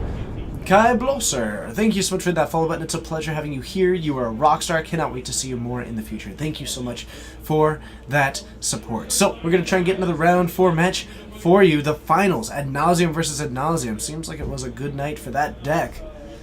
Woo! Let's see what we can come up with. I'm sure with 26 minutes we might be able to grab a Game 3, possibly even a Game 2. But otherwise, we've got a brand new Standard meta coming up. If Standard continues to grow in a positive way because of these changes, there's a chance that the Geek Fortress Standard stream will be coming back. It will likely be on a Sunday instead of a Monday. But in that event, I would be looking for some other of our hosts to become the hosts of the Sunday stream, because I cannot consistently do it. And we will see if we can push ourselves into that direction. Maybe start diversifying some of the hosts a bit. All right. So. Nope. So it's Kevin versus Harry. They're going into Game 2. Harry won Game 1. Is he on green-white? Green-white, and Harry is on Grixis Delver. Yep. So it is relevant. These are both actually Kevin's decks, and he has a long history. This is Game 3? Game 2. And I'm sorry, who took one Game 1? Harry. Okay. Kevin has a long history of losing to his own decks. Every time. Every single time he plays against a deck that he lends someone, he loses. Without fail.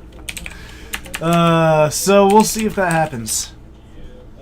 How do you feel about Delver against Hate Bears, though? I would actually give this one to Hate Bears, just straight up. So, I've played enough, like, Legacy Delver versus Death and Taxes, but I've never played Modern Delver personally, so I don't know how it goes. Alright, well, let's find out for ourselves. We'll see you there. Yeah.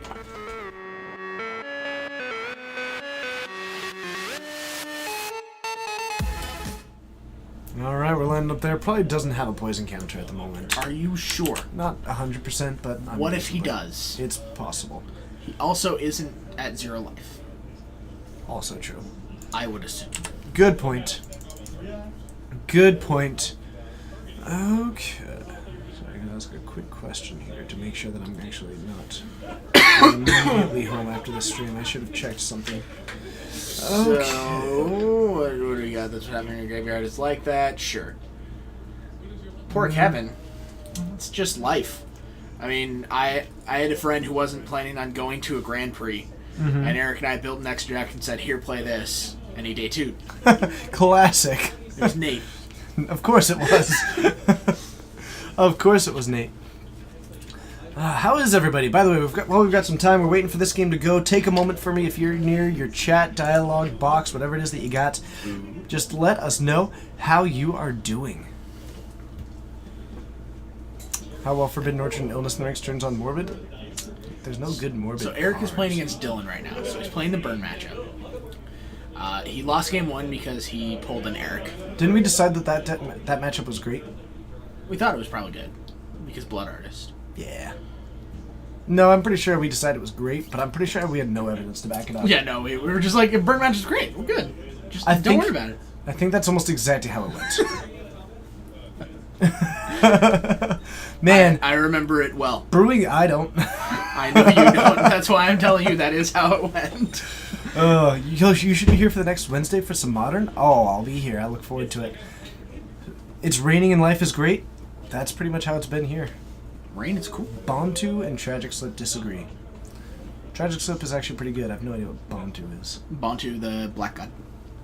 Oh. Yeah. Maybe. I could see that. In that deck? Over the Tarmogoyf? I could see that. Maybe. I could see that one actually being pretty cool. Need AA batteries. Other than that, you're good. I don't think I have any AA batteries for you. I'm sorry. All of my things are corded. Or use rechargeable, like, lithium batteries. Nope. All of my stuff is corded at my apartment. Nice. Not a battery to be seen. I think. Nope, wait. Well, Yes. Kevin is mulliganing into Oblivion. Yep. It's because he's playing against his Delver deck. It's going to be the first step. The hand disruption of Delver, really potent lately. It actually makes it to where Kevin has to mulligan before it even begins. Duro, Bontu's a good idea. We'll have to investigate Bontu. Yeah, we'll have to look into it. Maybe our sweet deck just got better Nailed with it. this whole set. Nailed it. Energizer, lithium, best battery. I had no idea that people had like strong opinions about these. I always- have zero opinions about batteries. What are your hobbies? Maybe he Maintenance. didn't. Maybe he hadn't actually drawn his opener yet. I don't have a TV.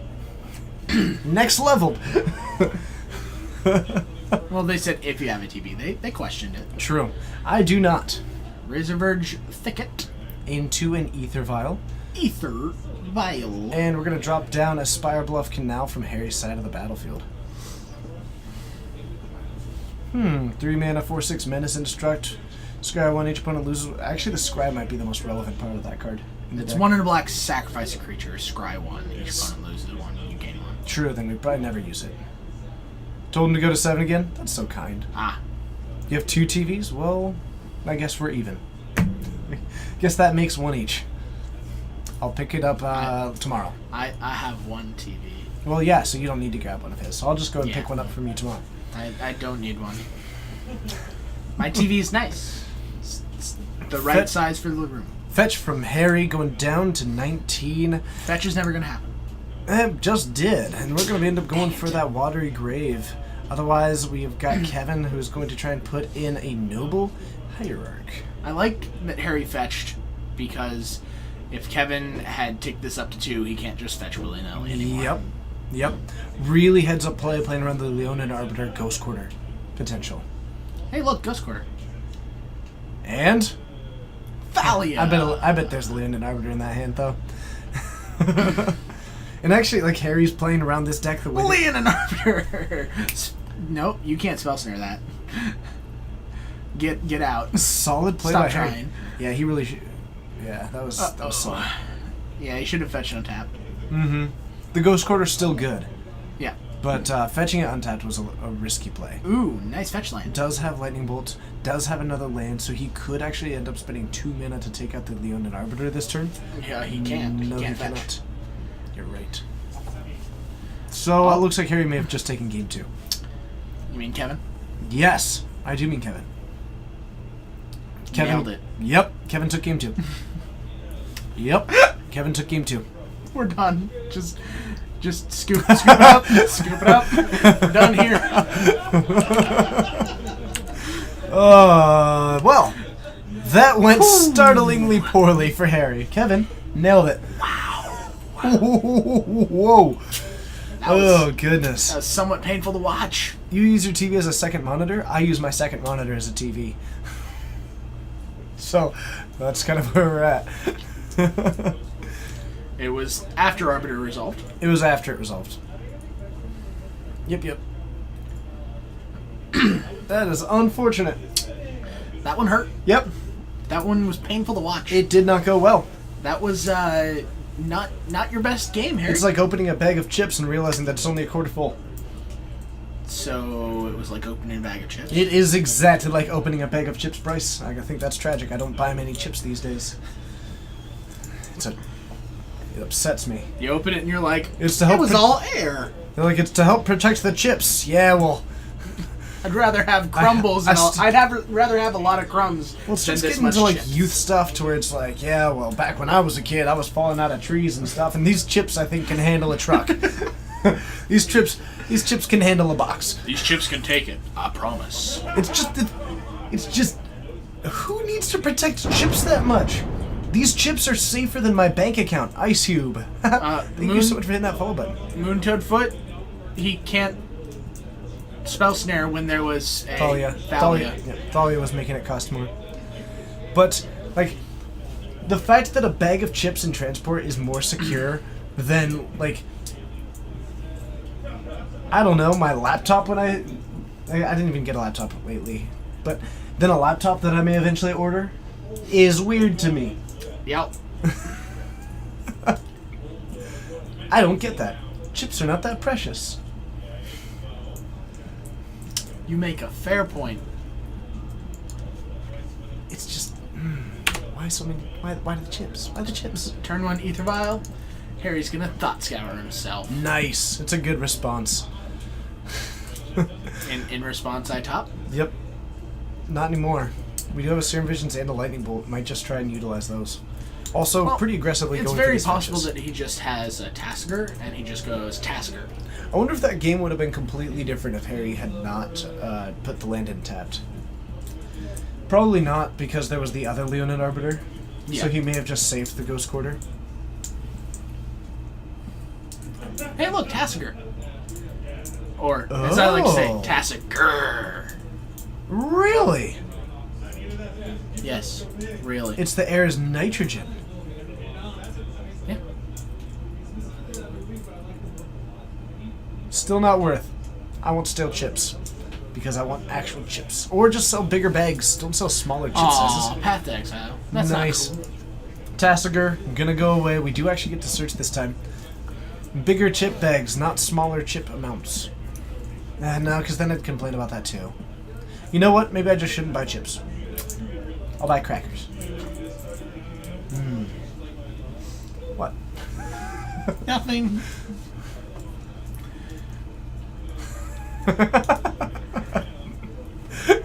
Harry on 3 mana does have a Draws Kolaghan's a command. sweet Kolaghan's I think you command. Kolaghan's command to take down the Ether Vial and discard. I mean, why Or wouldn't get back the Tassiger. If you we want got to. Path, so you can't really do that. Why would I have to? Fulminator made you. Sup? Or that seems pretty good too, but I'm not. I want stale chips, TJ. Well, like, I don't know. No, you two are both absolutely right. I think I just can't buy chips. It'll do nothing but cause hurt. Ooh, choke. That doesn't do anything. You're right. Does literal There's nothing. no islands. Does literal nothing. Oh, that's hilarious. I think Ooh, Harry. yeah, sounds like you want a can of Pringles. I think. Oh, that sounds. Can you fit your hand inside of a Pringles can? No. No, but That's a problem. I might go to the store after this. Get myself. Oh, I'm gonna get junk food. I'm gonna feel bad about myself. So worth it. It's okay, TJ. It's I'm okay. gonna go to the store and just eat filth. Perfect. Okay. Ooh, look, Colgan's command. I think you Shatter just that. Make you discard. or you take out the bird. There's a couple of options. Oh, get back Fulminator Mage. Full- That seems okay too. It seems reasonable. Plus, this. plus Serum Vision's here. Do you lightning bolt the bird? You always bolt the bird. On turn 1, sure. Never mind. There's a fatal Well- push on top. I mean, if his plan is to Fulminator Mage his opponent out, then bolt the bird sounds right. That's definitely true. Get Pringles and stream that robot game. I can't stream the robot game tonight as I will be not home and I don't have a laptop. I need to buy a laptop, but my previous laptop died. So I need to eventually buy a laptop. I don't have the budget for it currently. Yep. Okay. Serum Visions. But you want your Spidertron 6000? Oh, soon. I'm going to try and do some on Thursday for you all. I do love streaming that game. Plus, I got a challenge issued to me on Twitter. Ooh. Someone called me the actual Red Baron's name and told me to beat their record. I saw that. It's Oh, look, another Tassiger. dope. Tasker's Score. great. Beats Kitchen Finks. It does. You don't think a laptop is entirely worth it? It means that I can stream when I travel to GPs. It also means that I can stream from Geek Fortress when I'm just like hanging out. It means that I'm able to stream potentially from a wider variety of places. Planning to stream while we're traveling? I mean, would it not be fun for the three of us to stream? Sure. We could stream our brew sessions. Exactly. Like, Oh, God. I'm just saying Do we that. label that as creative? I'm just saying that like, it would give us more options for content. It's true. You make a fair point, sir. Thank you, I appreciate that. So, I could even stream myself at pre-releases, just set it up watching myself. Look. Just like angle it down to the board. Look what I'm doing. Look at what the board is doing. So we've got 15 and we've got a 2-1. A Tassiger still hanging out. And we've got a 2-1. I love how ineffective this choke is right now. And it's so funny because when Spiral Canal first came out, do you remember how big Patrick Chapin was on it? Purely for one reason, why? Because then choke would be bad against those decks. And the funny thing is that like only Salgado, thanks so much for that follow button. It's a pleasure to have you here. And the funny thing was that at the time everyone was just thinking like, but choke is never run. And yet now we get to see that exact moment coming alive. Yep. And it's got one land from Harry. It's taken one land from him.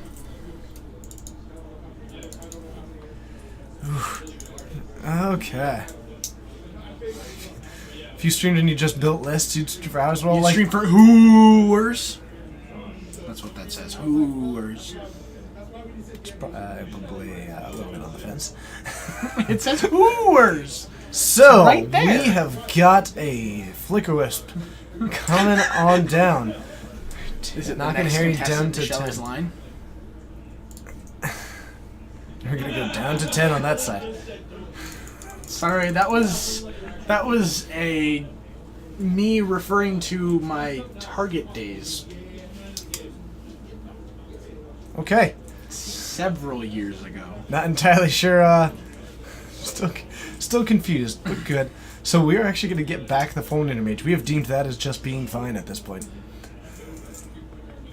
Alright, so we have So Harry has a fatal push, right? I believe so. So you Fulminator Mage, kill the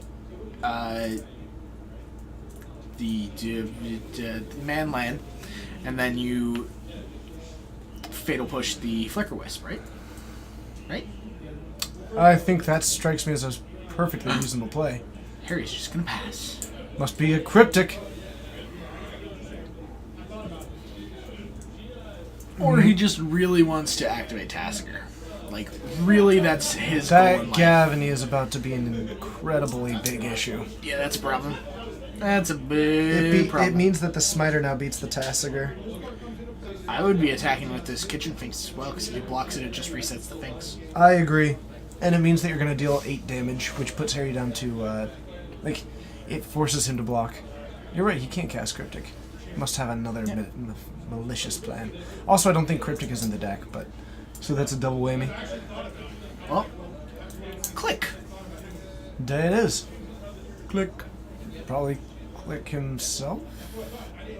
Click me, put this thing on the bottom that I don't want. You do have to reveal the rest of your hand. No, you don't. It says look at their hand and reveal a card. Is it? Yep. Okay. I've You're I've right. put You're myself right, you're more right. than enough times. You're right. I just remember that there's a reveal clause on it. Yep. Okay. Click block there. And we do have a lightning bolt, so we can combine to take down the Smiter as well. He's just gonna take 5. Odd that he didn't combine to take down the Smiter. He's Well, not if going he to get does a have better the chance Fatal at this. Push, this is gonna die, and then he gets to Fatal Push it. Post-combat, risky. Boom. Gotcha. It's a risky post-combat play, but I can dig it. But now the Fulminator Mage can take down the Stirring Wildwood. Oh no, Harry's not looking in a good spot right now. He's got a 4/5 Tasigur. Against potentially 5/4 Kitchen Finks, though. There's a lightning bolt in his hand, so he can just bolt it.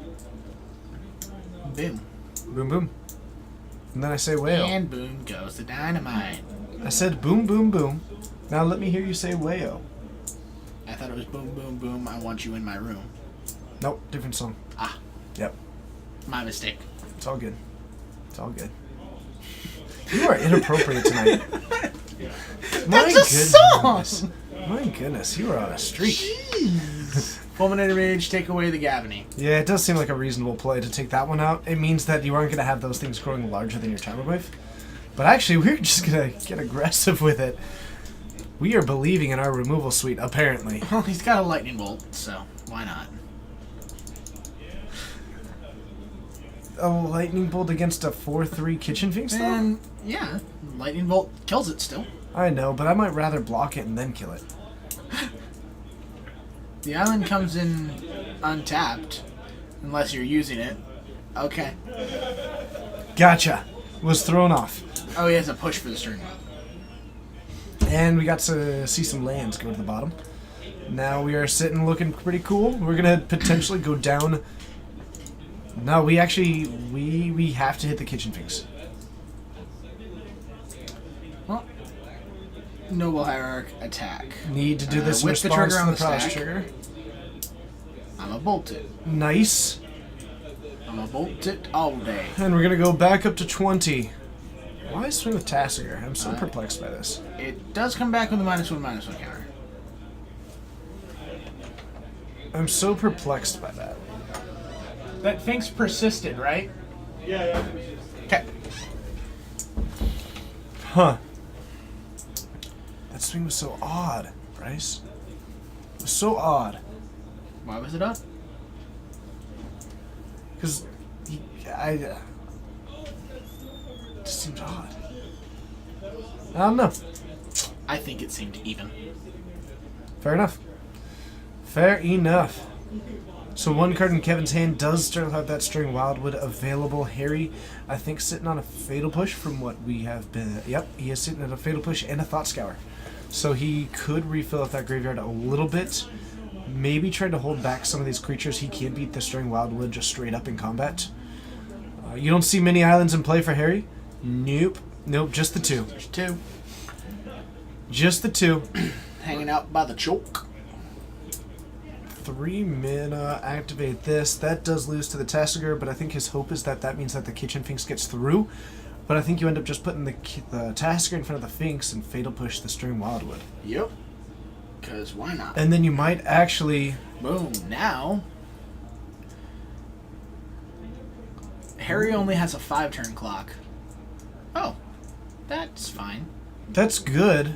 That's like fine and dandy. But he's tapped out at the moment, and I think Harry might have a Bolt still in... Oh, no, maybe he doesn't. I thought he might have had something in hand still. I don't know. Digiturk, I'm more interested in the format itself. I try not to speculate too much on bans. What he said. Yeah, they're just not a conversation that I'd like to be a part of. When they happen, then we'll talk about them. Yeah, or as it just becomes like a very clear problem. Like Eldrazi Winter was the last one that I'm more than happy to discuss because it was just desperately needed. Ooh, another Finks. I like Finks. Finks is good. How many creatures in the graveyard? There's enough. There's a lot. Yeah. There are many, many creatures in the graveyard. The Tasker does still beat the Scavengers in combat, however. And I think, actually, I may have... Tasker activation. Ooh, give him Painful Truths. Just give him Painful Truths. I think I would. You give him Painful Truths here. Yeah, it does true. 100%. You could Go use ahead. the Noble Hierarch to actually turn it into a 5/5 and just kill the Tasker, though. Mm-hmm. Is that better than playing the Kitchen Finks when you're at 20? I think so. Give him Serum Visions. I Odd. don't like that. It does seem unusual. Okay, I think he drew a Lightning Bolt. That's good. Oh, that's also true. He does have Exalted as well, so it actually would just be an attacking 5/5. Yep. So not attacking. Very strange. Yep. Now, when Kevin goes to activate this Kitchen Finks in Harry's end step, it's going to get bolted. Do you mean Scavengers? That's the one. Just checking. The creature that is green and has an activated ability for a green. Yep, that's the one.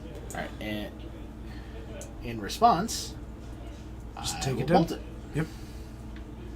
Bolt it real good. Doop doop doop doop doop. Yep. Doop doop doop doop doop doop doop doop. Yep. So salt and pepper seed. I think salt and pepper is brilliant on food. It's true. That is yep. a true That's fact. about the end of that statement. That is a truth fact. So, Scavengers is going to fall to the graveyard. We do still have the Kitchen Finks, which is currently still not able to beat the Tasker in combat. Coast Quarter is available. Harry's got a fetch, but doesn't want to go down to 3, I imagine, which is pretty wise, because then you start getting into the realm of just dying. So Kevin has double Ghost Quarter. Yeah, but is it worth going for it? Apparently. Hit your Black Source. Odd. Though Kevin knows exactly how many basics are in this deck. So, this could actually end up doing something to restrict the mana. And hit your other source. Trying to take out some of the red mana that's available right now. Yeah, okay. Seems to be okay with that one. I do see a basic mountain in there and a basic island. Might just go up with that one. Checking to see if there's any Not a swamps. basic swamp. Nope. Alright. So Harry is looking okay. Was able to rebuff his mana a little bit. Does only have a singular black source now. Which might end up being somewhat notable. Double blue is a really good way to be in there, though. Just because of Vendilion Click as well as Snapcaster casting anything else. Yep, very much so. And that is a Delver of Secrets. Secrets. Okay. So Delver's in play. Maybe Harry can start working his way through Kevin's exorbitant life total. Can Harry come back from this? It's starting to look like that possibility exists. And Colligan's Command. 2 To damage. there, get back V my click. Vendilion Click. Nice. He does go up to 26. But now you have this, which has no +1/+1 counters. Now Kevin can't even block profitably with it. So we are going to kick it back. Whoa! Hey, look, a Dispel. Oh my goodness! Transform that Delver. And that Series. Dispel is going to be so good against anything like a Path to Exile as well. So it's time for Harry to maybe just turn up the heat. Attack for 3. Pass the turn. Whoa.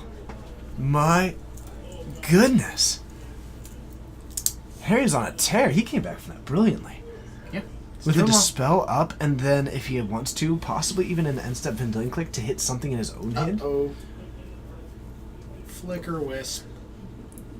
I don't think he can react to that, unfortunately. Nope. He doesn't have an answer to it right now. So that is problematic, but I don't think... That is a good step to getting back into this. Vendilion Click, put this Thought Scour on the bottom, draw a card. Snapcaster? If it's a Snapcaster, that's pretty good. Snapcaster's great.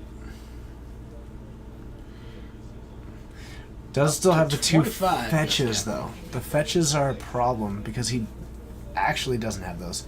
If he tries to put this Steam Vents into play tapped, it just does nothing. Another Delver. That might just be to have a blocker. And I think we're just going to offer the trade. Swinging with the 3-1, which is the worst blocker. And Kevin might be willing to trade this. Tradesies? Tradesies. Huh. Alright.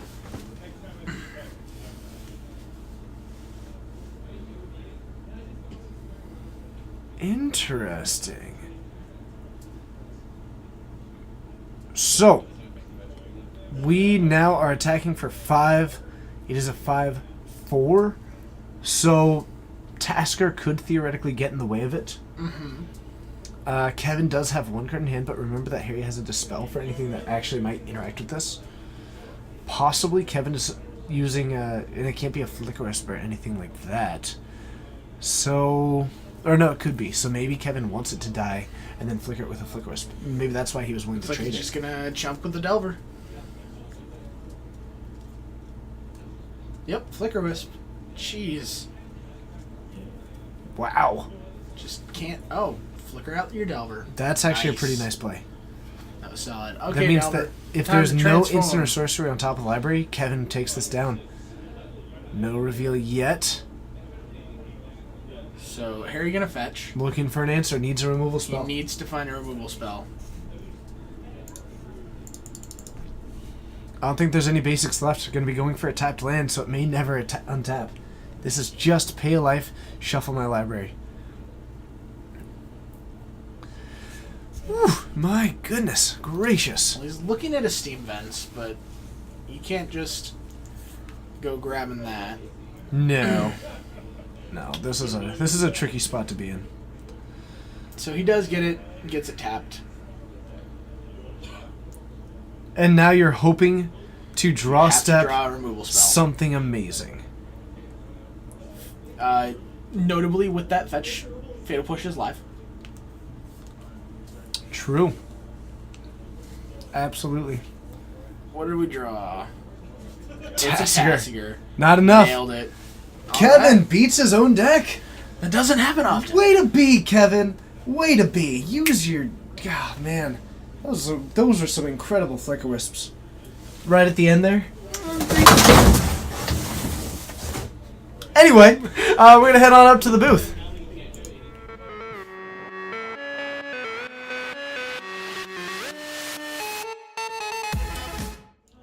Welcome to the Geek Fortress stream. My name's TJ. I'm Bryce. And we're streaming out of Geek Fortress, located in Snohomish, Washington. Yeah. Absolutely going to be a fun time at the end of our 4 rounds here tonight.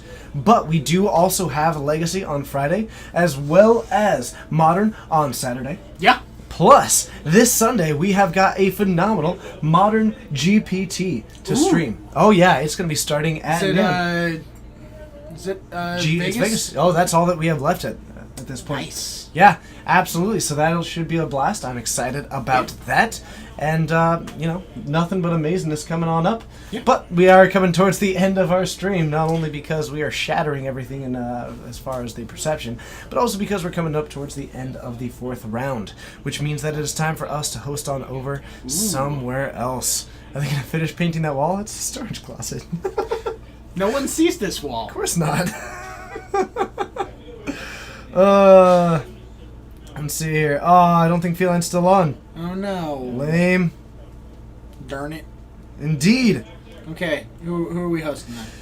Well, there's so many options. There's so many options. Who do we get?